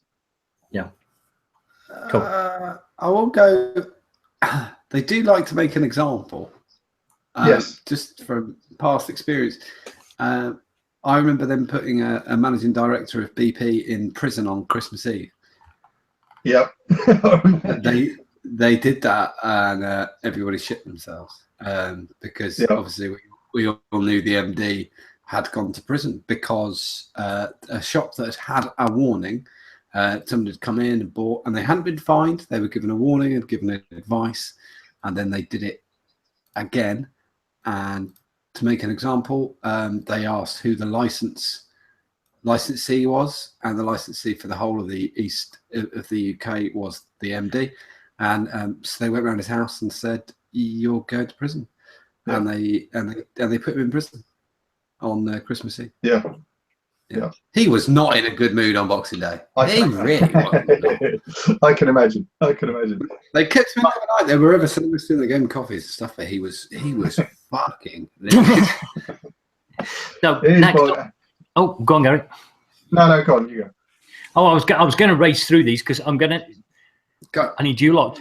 I'll tell you what. You each pick one as you hear them, and then right, because which is Jimmy Parker, who John loves his beer but doesn't like his juice. Did a thing which was just something that's been going around in my head all day, which is, with all the experience in the group, I was wondering if you could give one piece of advice to someone new in vaping, what would it be? I'm going to read them out really, really quickly until we've got a consensus of the first four. Okay, so you pick one. One person picks one, and they get vinyls, and then we'll try and make a note. Surely I won. I think I got the most likes on that thread. That's because you're John. That's because you're. I haven't even seen it. How did I do? I commented on that one as well. Did I do all right? You did well. No, we're gonna pick normal people, not celebrity. Go. Right. Okay. So Sabrina said, if most people are in a hurry to, I find most people in a hurry to lower their nicotine. Don't rush it. Yeah. That was basically what I said. Yeah, it's good advice. Right. If anybody hears one that they think, send them vinyls, then that's one you got to do. Number 2, don't be cloud chucking douche hole in public. Respect your fellow humans. Number 3, look for and find the fun in vaping for you. Number 4, don't believe the hype. Just because X amount of people like something won't necessarily mean you do. Number 5 was me. No, I'm not reading that out. Number 6 was excluding trying cig likes. My biggest mistake was not realizing coils need changing every so often. Yeah, I'm going with so far Sabrina. That is so far as well. Yeah, that is Ms. Nipples. Right. So somebody write Sabrina down, and then we'll pick 2 more very quickly until we get to that. It's Nipples. I know Nipples. Yeah. Okay. So if you can't find the vape you're looking for, don't give up, but ask somebody for advice. Number 6, don't be afraid to ask questions and for help. Number whatever. This would be my past self. Be kind to yourself. This is not a race. You've smoked for 30 years. It takes a few months, even a year. Don't worry, you'll get there. And that was Ian. Yeah. Wow. That's wise. Yeah, that's a wise one. That's a good one. Okay, 2, right. Don't assume that all liquids are created equal. The amount of people that try one liquid then give up. Make sure you try quite a few just to see whether one sticks. You don't have to turn yourself into a fog machine to be a proper vapor. That's quite a good one as well. That appeals to my old age. Go for that one. That's fine. Okay, right. We're still looking for one more then. Right, Ross Jenkins as well. So somebody write Ross Jenkins down. Vape for yourself rather than what people tell you should be vaping on. If you ain't, no, that's another cloud chucking one. Dan, good child, you've done it again. Find a flavour you like and vape it in one device while you read and watch everything until you know what you want. Now, Neil, avoid getting loyal to one juice. No, that's the key. I think is getting loyal to one juice. Absolutely, yeah. Fuck that. Yeah, be sensible, read the instructions. No, mine would be simple. Stick with it as much as you can. Craig Higginbotham, don't listen to the gutter press. No. Yeah. Yeah. True. I'm sure It's true. I think there's better coming up. Let's go. Yeah, don't sit there gazing at massive clouds and thinking, woo, clouds, bro. Also, print and stockpile T-shirts emblazoned with the words cloud gazing. I would give advice that I have given every person who's asked me to quit vaping. Go and ask someone else. I like Gus's was something like, if you ask me, I'll just tell you to fuck off and ask somebody else. Yeah. So that was Gustav. Yeah. Oh, was it Gus? Yeah, it was. Yeah. Stick with it. Don't give up. Find your ADV. Don't blow your tits off was another one. If you'll find yourself dialing, i.e. smoking or dueling, actually, that should mean dual fueling, Lillian. If you find yourself smoking and vaping, get another device, mouth to lung with high nic. If you're struggling going from 18 to 12, buy a bottle of each and mix them together. Instant 15. That's it's quite a good one, that is, because a lot of people don't do it. Gary, you're going to pick the next one, mate. You're going to have to pick the next one. Okay. Right. I would say experiment with tanks and juices until you find what works for you. Todd says spit, don't swallow. He's still down there. Yeah. That was a good callback, Gary. That was good. Tell them to go with tell them to go to their nearest shop and get them to ask the assistant to try a mouth to lung or a direct lung. I really didn't like that one. That was the one. No, it wasn't. It was MTL, and I thought that fuck it. Then it might not be in the base. It's also not. That's not true. Like no, that's not good advice in my opinion. Oh, no. Okay. This people are pushing their own personal vaping opinion. That's all right. We don't mind. We don't mind that because it's a one-on-one thing, isn't it? So it's kind of don't go on the internet and search vaping. That was John. That was me. Be patient. Be patient. There will be throwbacks. Hang in there. You're doing it yourself and nobody else. Here's my real one. There is no step down program. Basically, it's basically imaginary. That's John. You're not getting any free. You're not getting any free vinyls, right? Whoever's posting on my post, it's annoying the tits out of me. Simon, it's Saint Simon. Saint Simon. Saint Simon of Sawyer is at work. Poor sod. Yeah. Oh. Buy a device with a tight drawer and use a juice with a good throat hit. Replicate the smoking cessation as much as possible. Plenty of time for research and experimenting when you're a couple of months down the line. That one. Right, Frank Higgins. Yeah, okay, Frank wins. Go. Yeah. He doesn't need them, though. He doesn't need anything. He's done, isn't he? No, it's all right. You'll have vinyls because he'll trade them for something else. He can trade them. He can sell them, man. He can flip them. Right, Gary, do me a favour. Pick somebody on that thread. Then we'll go. You've got plenty of time. Go through it all and then pick one on the thread, and then I'll make a big post and all that kind of shit. And what we'll do is we'll do the whole IBIVTA thing as well and everything else as well, so we can kind of Okey-doke. all together. That's it for me, Richard, because Rick's got fuck all. Yeah, I got nothing. No. Good. No news. Good, because we're running over. We don't mind. No news is good news, I was always told. Absolutely. I don't mind if you keep going with the show because I've still got that and another beer, so it's fine. It's like a Annika Rice beer drinking challenge. You'll have to do the last pint whilst getting in a helicopter. To be fair, Down the last one. Fuck it. John's arse is nearly as good as Annika Rice's was. It's not. I've got no arse. My ex-girlfriend said that to me when we were splitting up. You've got no arse. So I thought, all right, can't really do anything about it. I will say that the young lady wore the dress far better on the day. Yeah. On the day, there were three young ladies, but I know the one you mean. John's good with that. What's your small? Your mic's gone funny again, Gary. You're gonna have to reheat. Oh, your mic's going again, Gary. It gets tired, your microphone. It's all these emails coming in and out. That's what it is. Is that cool? I think it's the freezer cuts in and out. Ah. Is that full of nick, that freezer, Gary? It looks like it might be full of nicotine. It is. Right, my news. The first thing is I thought I'd do a little new product thing because it caught my eye and it sort of slipped under the radar a little bit. The Suck My Serpent, the Watofo Serpent SMM. Rick is presenting it now. There aren't great pictures available yet. I've heard of the serpent before. Yeah, this is about the 9th iteration of the Watofo Serpent line.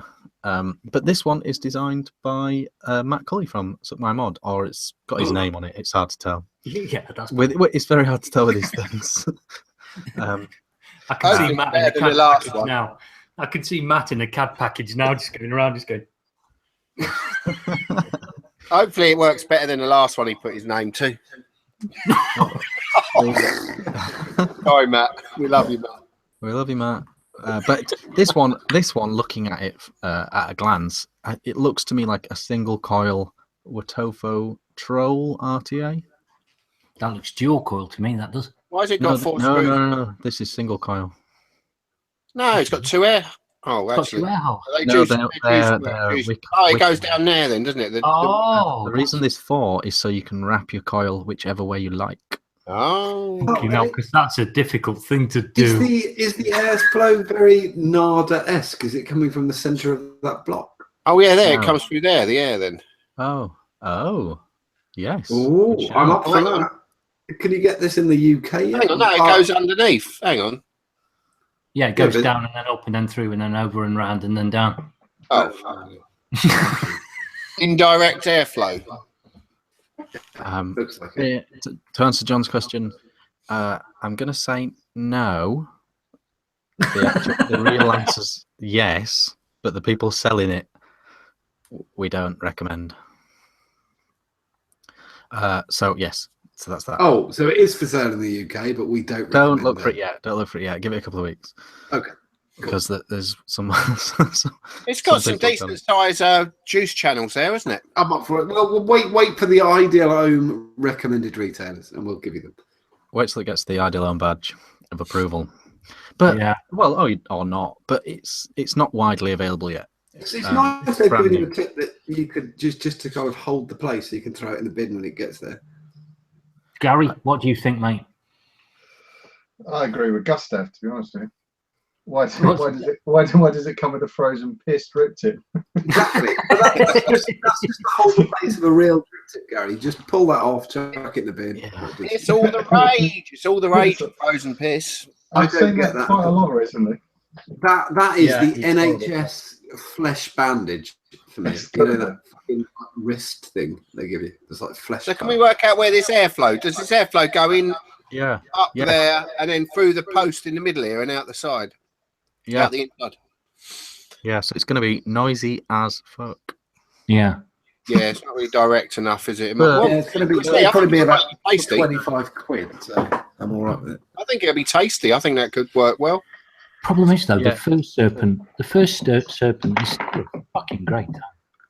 I mean, Yeah, it's I probably think not- this could be good as well, though. Looking at the way it's made, The troll was all right. The troll RTA was all right. So this is just a single coil version of it, really.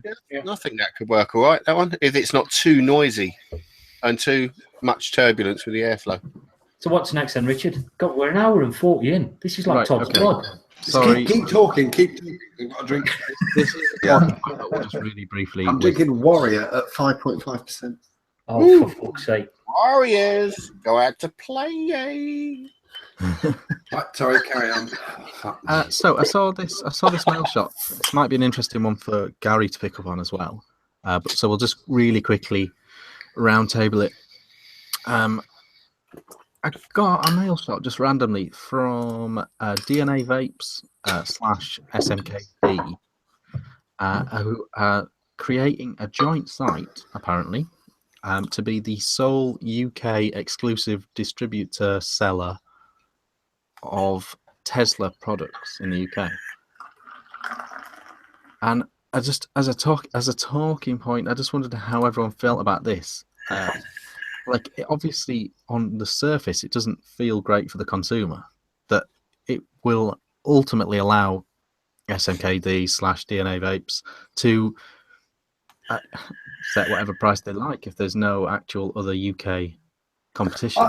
I have to just as a sort of personal thing, being somebody who does sell in the UK market, and Rick does a similar thing.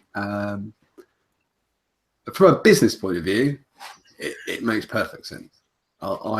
If someone's going to sign an exclusive, then that's business. I think if they get the right if you price, want to go down that the right route, price for it, if they get the right pricing and sell it for the right, I try to. Well, I'll just to clear up that point that I just said there. I want to be very clear because somebody, I've had a beer, bollocks. Right, I'll try and be reasonable. Go on, John, make a ball up of it. Go on, you can do it. No, I'm going to be reasonable. Somebody, a viewer of the show, stopped me at Vape Expo, and they didn't like the pricing that we put out. But I will say, if you, we kind of try to do a fair trade thing. So if you sell to me, we give you a fair price and we sell it at a fair price. That's how I work. I can understand that somebody might take the piss out of that, Richard, and I totally get what you mean as well. But at the end of the day, we sell I sell exclusives. Like absolutely, you know. I would say if a vendor was selling a Tesla, overpricing it, and they're the only place to get it in the UK, then you'd go to somewhere like GearBest and wait a couple of weeks. Yeah, so they can't really get away with taking the piss too badly. I think that's true. I think also, to pick on John's thing, I think it's slightly different with juice because it, to a certain extent, doesn't make it economically viable for the shop if they don't have a target audience for people that are aware of that brand. However, with this, Tesla are already in a wide variety of shops in the UK, and there obviously must be. If this is going ahead, they're pulling out of that. I think my point was that you by all means, sorry to be really mean, by all means blame the manufacturer in that case, but I don't think you can blame the vendor, the vendor who are buying to sell, because of course they've gone for exclusivity, because you would. Anybody would. Exclusivity in potentially, in a way, if Tesla are looking to have a approved, as in a TRPR approved source in the UK, they do need a responsible source in the UK. Absolutely, but but that again, no, it doesn't. I'm not saying anything that's provocative or a problem, because I was just judge it all in my head. But again, that falls on the seller, not the vendor, like not the company in the UK, because they haven't done anything. Yeah, the manufacturer. Yeah, sorry. Yeah, because that's their responsibility. It is. I absolutely understand the thought process of the seller in the UK, because of course they're protecting their interests, and that's what all companies do. So to move it forward then, so we're saying what's in it for Tesla is the fact that they will have a set source, so slicker importing, they can work with that company on the regs, presumably, so there's a consulting element to it. It may be that they wholesale, that they're looking for a wholesaler in the UK. Well, that's what it is. That's what that is. Well, it makes life a hell of a lot easier for Tesla if they got one wholesaler. Yeah. And that wholesaler is. Go on, sorry, that wholesaler is then taking responsibility for that product in the UK. Yeah. So it's a hell of a responsibility for them to take on, as well as a commercial interest, if you know what I mean. Yeah, I mean, it's one point of contact for Tesla that everybody can send their returns back to them. There's one person sending bulk returns back, and so on forth. It makes it easier for everybody, really. Just the last point on that, which is very quickly, which is it's not just Tesla. It's a hugely aggressive market, and the turnover is fucking fast. If you don't have a product which lines up with the prices of everybody else, you'll just get fucking shot out the wall. But that's everybody who works in the vape industry gets that it is that it is an aggressive market, and it is, and especially now. I mean, it 4 years ago, it wasn't, and perhaps there were people. I remember paying like £7 for 10 mil of Boba's Bounty from Liberty Flights. I reckon they must be dreaming of the days when that happened. And it can't get that anymore, you know. Anyway, next. It's okay, Richard. Finish what you were going to say. So last bit on that, sort of, why don't we see this in other areas, in other industries? I know we do to a certain extent, but say, why is shredded wheat not only available in Asda? If you really want to go in depth with that, then you do, but you don't perceive it as that. That's not true. As somebody who's worked in retail for sort of 20 years, that isn't true. You do see it, but you don't know you see it. So let me think of some of the decent examples. So the placement in a supermarket of where a product is wholly based on what their cost price was. And if you're buying Pepsi at 2 for 1 in Tesco's, the reason is they were sold it at 2 for 1. So you're not. It's not that it's not it may not be exclusive, but they might well have an exclusivity deal, which does exactly the same thing. So it's not. It's a consumer perspective to say that it's not for some. You know that things aren't. It's not the case either, is it? A wholesaler will want that shredded wheat packet. They didn't. The statement was the statement they actually made was to consumers to say that they would be the sole seller of. That's not cool. Tesla. That's not cool, then, really. But that was the statement. It went out. It didn't go out. It didn't go out to distribution channels. It didn't go out to other shops. It came out as a consumer to a consumer market as a mail. Okay. All right, that's just amateur, and that's shit. I'll agree with that. That's just the market. I mean, if you're putting it in Asda, then there's a fucking Asda in every town, but there isn't one of these, so no, it'll fall on its arse. I think if they do that kind of changed. You changed the game, but I agree. But I just thought it was interesting. Obviously, if it goes down that route, I mean, there is, just to finally sum up, there is already a certain mod manufacturer, a very, very popular one, that have extortionate UK prices because of a restriction like this. And I don't know. It just feels I'm slightly concerned that if they all do, I don't give a shit about saying stuff because I don't care because I'm not a reviewer. So if you look at people like UK e-cig store who continually over and over again have abused consumers just over and over again, and if you Google vaping. I haven't done it for a little while, but UK e-cig store was the first hit, and because that's what they do. They sell atomizers that might well be exclusive to them, and they rip people off over and over and over again. Yeah, they basically. Well, I mean, just as an example of how they do it. I think there's a difference between responsible, but I will say I think there's a massive difference. He's done. I think there's a big difference between responsible business and exclusivity and cowboy exclusivity. I don't think that's the same thing. I agree. I sort of wanted to mention it just to put this sort of pin in the map as a bit. Was this the moment when this trend began? You know, because there is the natural response. The death of Tesla, if they have done that. Really, but is the natural progression that websites that were selling Tesla then they go and approach mod companies to try and get their own exclusivity, and everyone just ends up selling one product at a silly price? I don't know.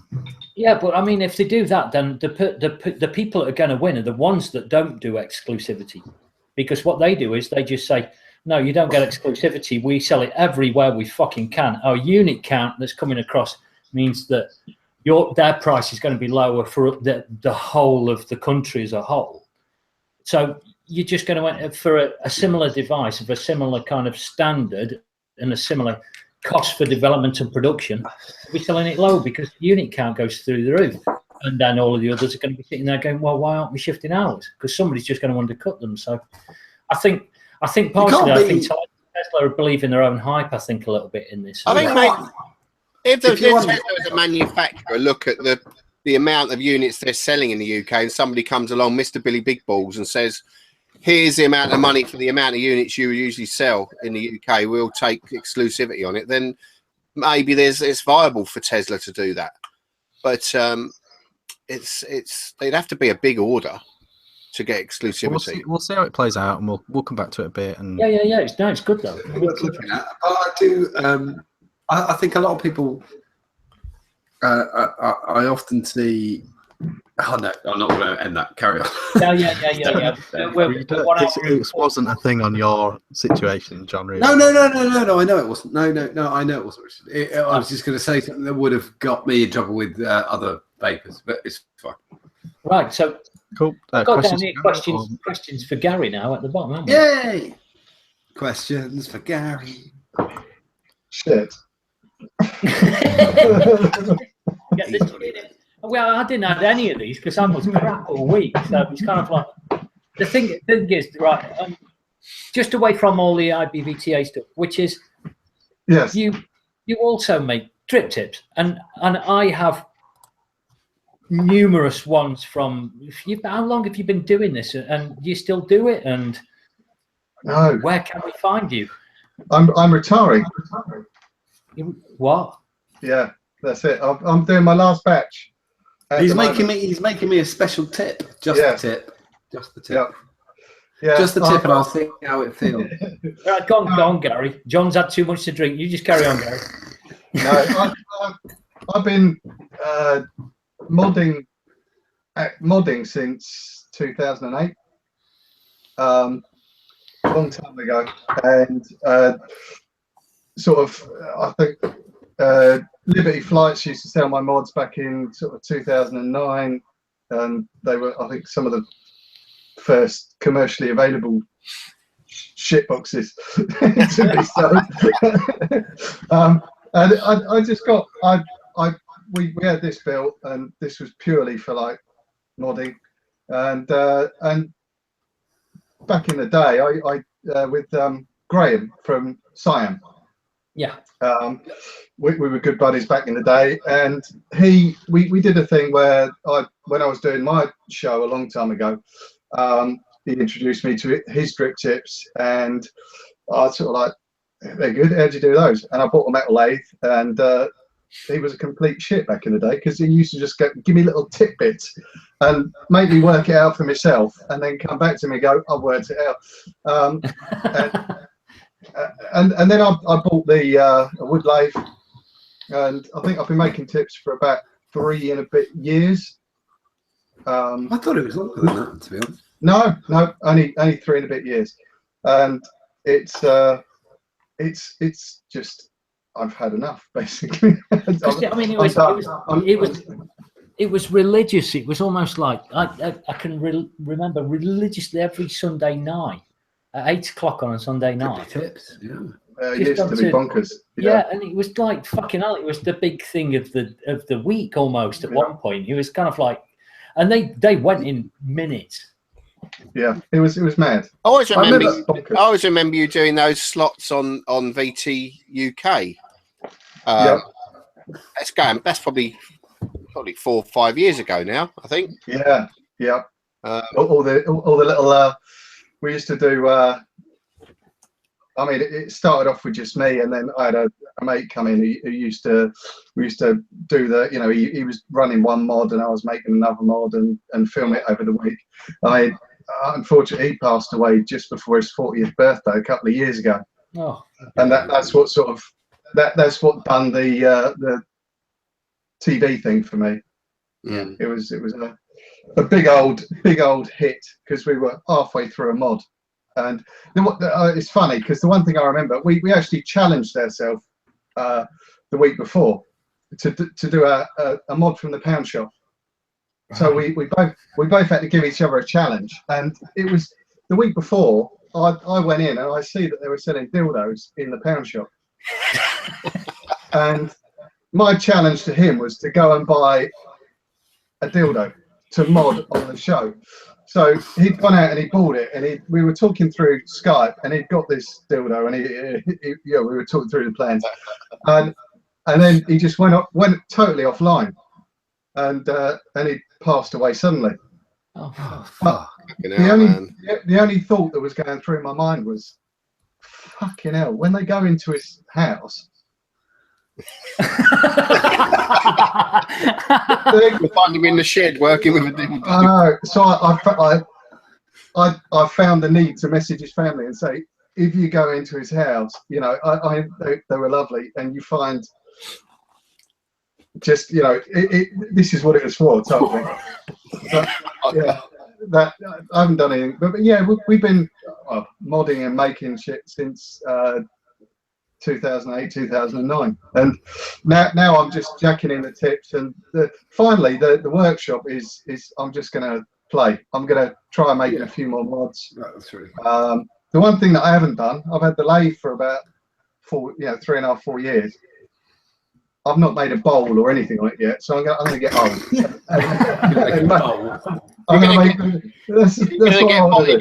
You're gonna go Bonner on us, are you? I am, yeah. I'm but no, day job's been quite demanding.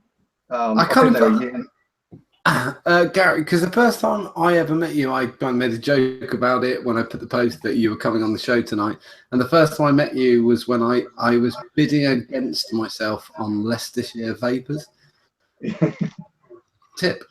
And Gary thought I'd lost my mind. It was really funny. I kind of put, I can't remember what the fuck, I was being me. But if you don't know what I'm like, then it is, I know I'm a very confusing man.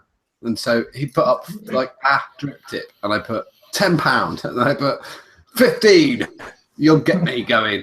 And I put 20. I'll pay this. Don't try and trick me. 25. And Gary put, you're not bidding against anybody. That's you. And I went, no, it's fine. 30. And like, stupid, just being a knob. Yeah, remember. I think you're gonna have to. I think you're going to have to make the dildo mod now, Gary, in honour. I think you've got to make the dildo. I was actually, I used to get sent random stuff to mod. And I used to get some really weird, I did a gun for someone once. They wanted to put it in their mouth and pull the trigger. It's just, and somebody did actually say, I had a woman message me and say, can you mod a dildo for me? And I went back to her and went, is it new? and she come back and went, does it matter? I was like, yeah, it might do. Helps and high. Let me video on your hands. Oh God, the 5-10 won't go on. Craig, you're going to have to read the rest of the questions. No, go on, Richard. I'll let you do the honors. The next one. The question I was going to ask, with your extensive knowledge of the regulations, what's your gut feeling about this current fad of hacking a tank? So you've got things like the Penguin, where people are pulling bits out. You've got things like the what's it called? I've got one. That black spacer, wasn't there? There's that black spacer. Yeah, Govad RTA that has a black spacer that you can pull out. What's your gut feeling about those sort of products? I mean, at this moment in time where we are, if the product is notified as a 2 mil product and it can only contain 2 mil at the point of sale, there is only a court of law that can actually rule whether that product is non-compliant or not. But at point of sale, if it's 2 mil, it's like the EXO. It's 2 mil at the point of sale, and it's been notified as a 2 mil product. I mean, but where we stand as a trade association, we appreciate, and I'm talk as me, but we will. Just to give Gary a caveat, by the way, Gary is talking as Gary, not IBVTA tonight. Yeah. Okay, so just be careful with that, please. Yeah, but as a trade association, we will abide by regulation. That's something we have to do, and we'll advise our members to abide by current regs. Do we agree with them? No. And that's what we're trying to change. There are I mean, basically at this moment in time, if a product is, providing a vendor has done due diligence, and if a product's notified and they know that the tank's 6 mil, it's really down to the vendor to prove they've done their due diligence in terms of complying with the regulations. Right. You know, so the ones where there's the ones where it's a 2 mil tank, but there's a spare 4 mil tank in the box at point of sale. That's a bit more grey, is it? That's very grey, because the intention is there. Yeah. I think Aspire played it quite cool the way that they did it. Yeah, that's very clever. Yeah. In the UK, you can only get that coil with it, and that coil only gives a 2 mil capacity. It's a complete pain in the arse. Everybody agrees with that, but it does work very well. And you can put the 0.4 coil in it and make it the 3.5 mil. Yeah. I think the thing where they had to be a little bit careful was actually advertising the facts. if you're going to do that, you've got to make sure that you don't advertise it. So a shop selling an EXO shouldn't be saying you can put a Cleto 0.4 coil in there. But the bloke sitting at the juice bar in the shop could say that to them. Yes, theoretically. I was in the shop yesterday and they're selling bottles of Nick shots. They weren't allowed to tell the person what to do with the bottles of Nick, and somebody had to tell them who was sitting there. A customer would tell them what to do with it. Yeah, but you can do that, and the recent conversations with the MHRA are that you can sell a 40 mil, 50 mil bottle of zero Nick with a Nick shot, and they would prefer that instructions were provided that it was mixed safely, because it's completely within the law. Well, they were just must have been being very precautious there. Yeah. The employees have been told not to tell them. I think that was allowed to say what to do. That was in that email the other week. I will say that Gary forwarded to me. I kind of, because Gary, superb. Gary's rung me a few times at work, and we've had discussions. So yeah, yeah, I think it's great to have a proper. I know you don't like to call yourself advocates, but you are advocates by the definition of the word, not by the bullshit that we. Not by the I know we can't. I think people we associate the word advocate with arseholes now, but actually, when Richard read out the definition of advocate, it is exactly what VTA is, not the shitheads who we deal with all the time. I think it's by default, because essentially all we're doing is working for our members, and we support our members. That's exactly what an advocate is, isn't it? Somebody who's the people they work for only. And that is essentially the essence of a trade association. We support the members. As a byproduct, some of the stuff that happens feeds back into the industry and benefits other people. Like, for example, there was a 6 month to notification. Once a product's been notified, there was a 6 month to market. We actually got that reduced to, as soon as it's notified on the list, then the product can be sold. And those are the sort of things we're doing behind the scenes. We're constantly in Brussels at the moment trying to fight the proposed vaping tax. Yeah. So we've been out there. So just on that one very quickly with the vaping tax, one of the things that we've kind of, I don't know what the whole consensus of ours is actually. I know myself and John kind of think that having taxation for vaping is actually not a bad thing, as long as, one, it's not medieval, and two, by doing it, it kind of legitimizes it and means that a government has now got money coming in from a particular source. And generally, I'm agreeing with Craig. 10 to 20%. I know there's a lot of people, and Craig and I are both well aware that there's lots of people who kick back against that, but it is qualification of what vaping is. And as I spoke about earlier, we're talking about a 20% reduction in smoking in the UK. I mean, fucking hell, that's a huge amount of people, and there's a tax loss because imagine 20%. There's a tax loss, but there's a health cost benefit, isn't there? Yeah, there is. I totally agree, but remember that the smoking paid for. There was always this. That's a myth, isn't it? That's a myth. The health cost. Yeah, when I was a smoker, exactly what I'm about to say, which is completely. Whenever there was a smoker, and there was this bullshit of saying that smokers cost the NHS X, they fucking don't, because they've paid their bill over and over and over and over again by smoking. And secondly, everybody dies. Yeah, it's not. It's not something that by not smoking you suddenly avoid death. But you avoid cancer and the drugs that you'd need to. Yeah, but you're gonna get something else. But the problem is you're gonna get something else. You're gonna get dementia, which means you're gonna need care for about 6, 12, 18, 2 years. It's one way or another. You're going to be a drain on the NHS when you die. The best, unless you just like one day you pop your clogs just like that.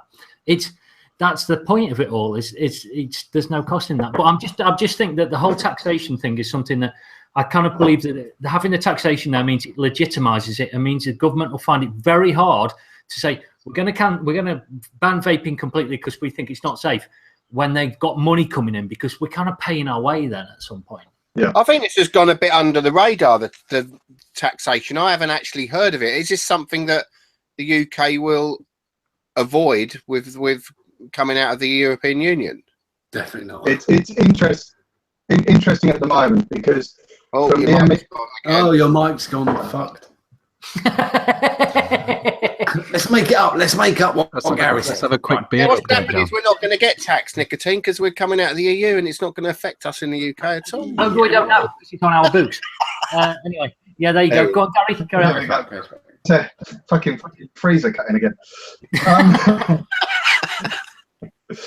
But yeah, it's interesting because they're talking about either a 20% or 40% figure on the tax.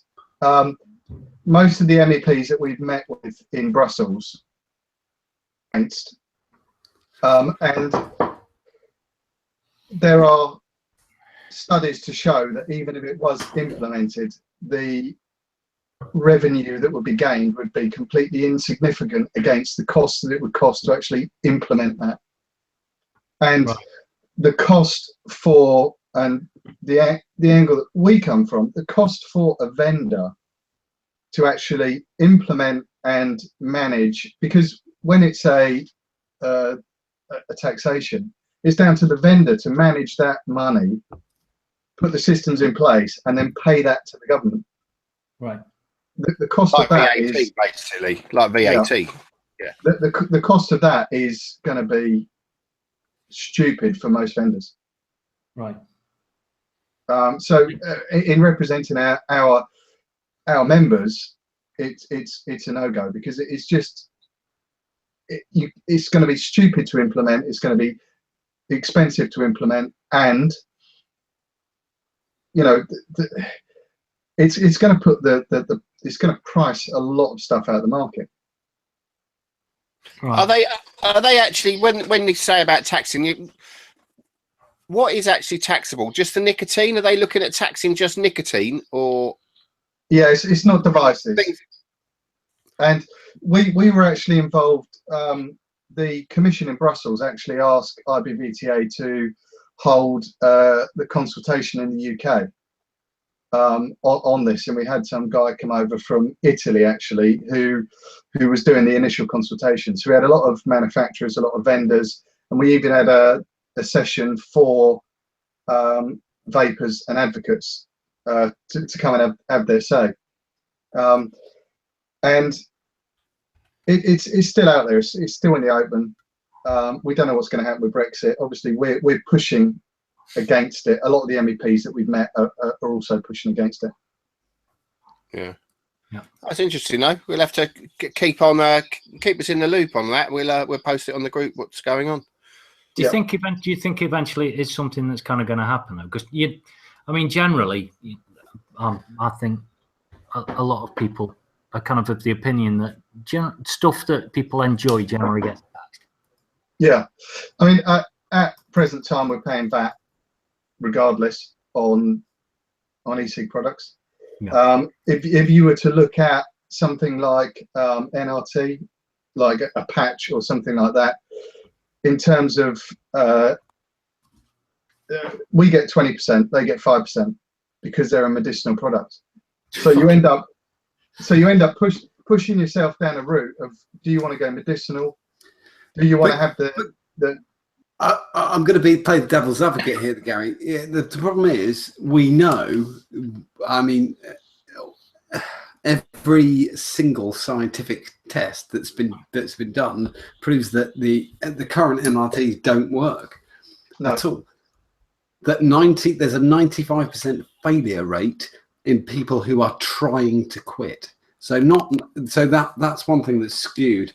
A lot of people say 1 in 20 people quit with NRT. That's not true. 1 in 20 using NRT when they wanted to fucking quit.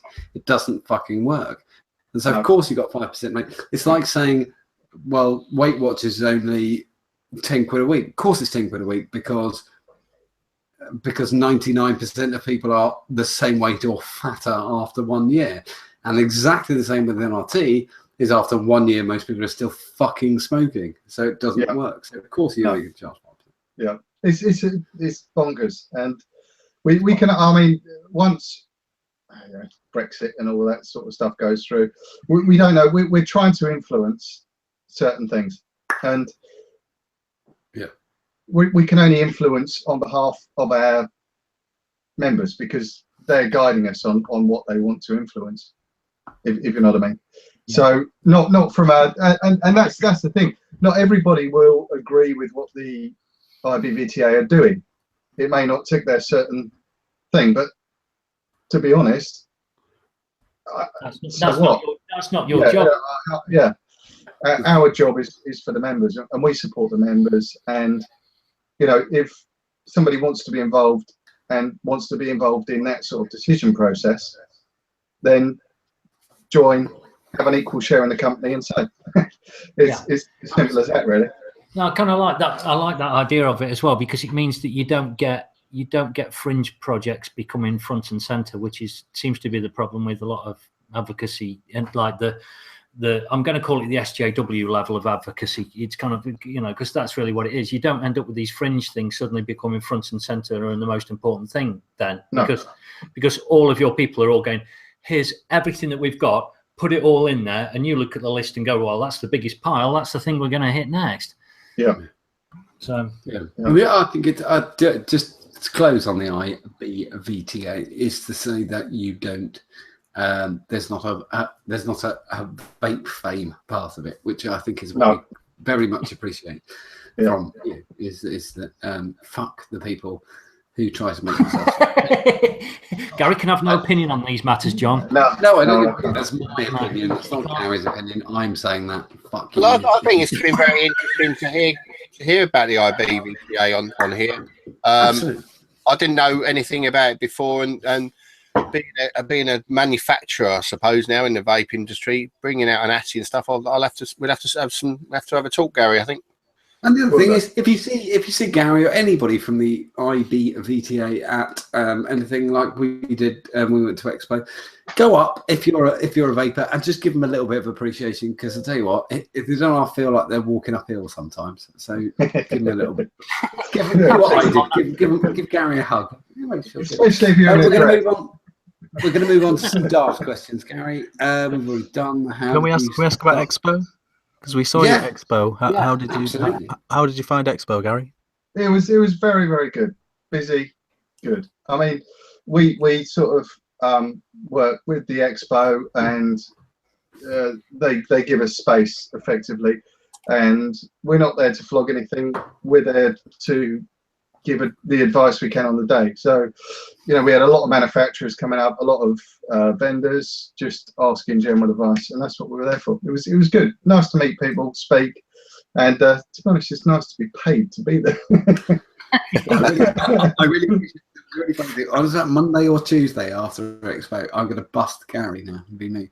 Gary sent me a message and he just said, I thought I didn't look nervous until you came up to me and said, yes. said, what the fuck is up with you? Your little face. And I give Gary a hug and said, fucking get out there. Don't worry about it. You'll be all right. Oh, it was the girls next door that were doing this to me. Yeah, I'll give you that. Fucking hell. Some of their outfits were painted on. I was going to do a quick, and then we're going to have a bit of a fun question. What reviewers do you watch, Gary? Oh, dear. See, now do you know what? I'm a strange beast.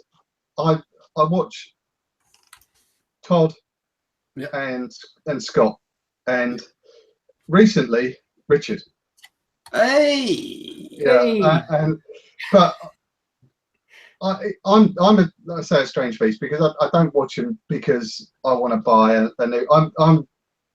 I'm quite old school. I know what works for me, and if I like the Cleto, I buy the Cleto. I've been vaping it since the damn thing came out, and it does it for me. I'm not a toy gatherer as such, but they're all damn good.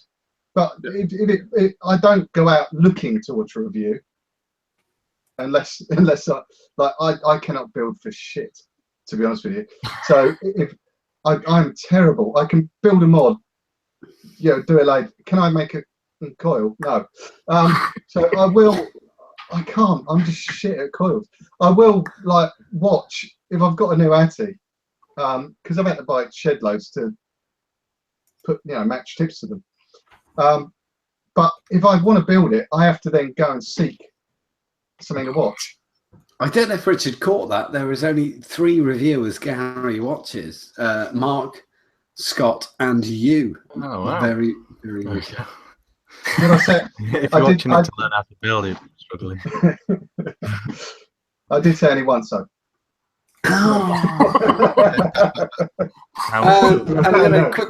We were just going to quickly talk about Gary. Are you going to be at Vape Fest this year? Vape Fest 2000. Yeah, definitely. Been at Vape. Well, I think there was only one Vape Fest I've missed since the very first one, which I think was 2012. This will be my first year where I am being a punter. Wow. Cool. Wow. So And I think the first time we ever met in person was at Vape Fest. Yeah. You selling tips at the back of your car, if I remember correctly, and your crazy tent.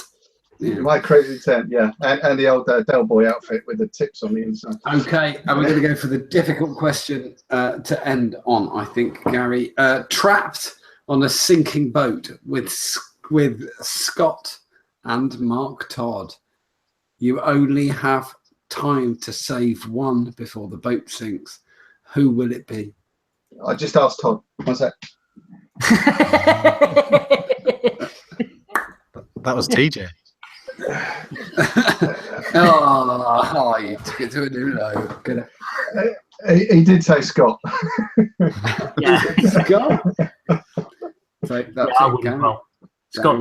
Scott's a big unit. He could reach the bananas. Yeah. Plus he makes blanks, which is epic. There you go. Yeah. Yeah. Thank you very much, Gary, for being on. We are nearly at the record level of how long the show is. 2 hours and 20 minutes. Everybody for watching. Anybody who was actually giving a shit. I did manage to finish the 4 pints of beer, and I had a pint before I started. So yeah, it's all right. Anyway, I've noticed I'm a little bit pissed. When? God. When we started doing the show, we said, yeah, we'll just do like an hour and 30, an hour and 45. 2 hours, 20 minutes. Yeah, let's wind it up then. Let's wind it up. We're go on, do your signature sign off, Rick. Go on, then, Rick. Signature sign off. Okay. Thanks ever so much for watching. This has been the Ideal Home Show with Gary Dibley. Thanks ever so much for coming on, Gary. Thank you very much, Gary. And hopefully, if you're a glutton for punishment, we'll catch you next Thursday about 9 o'clock ish. See you then. Really want to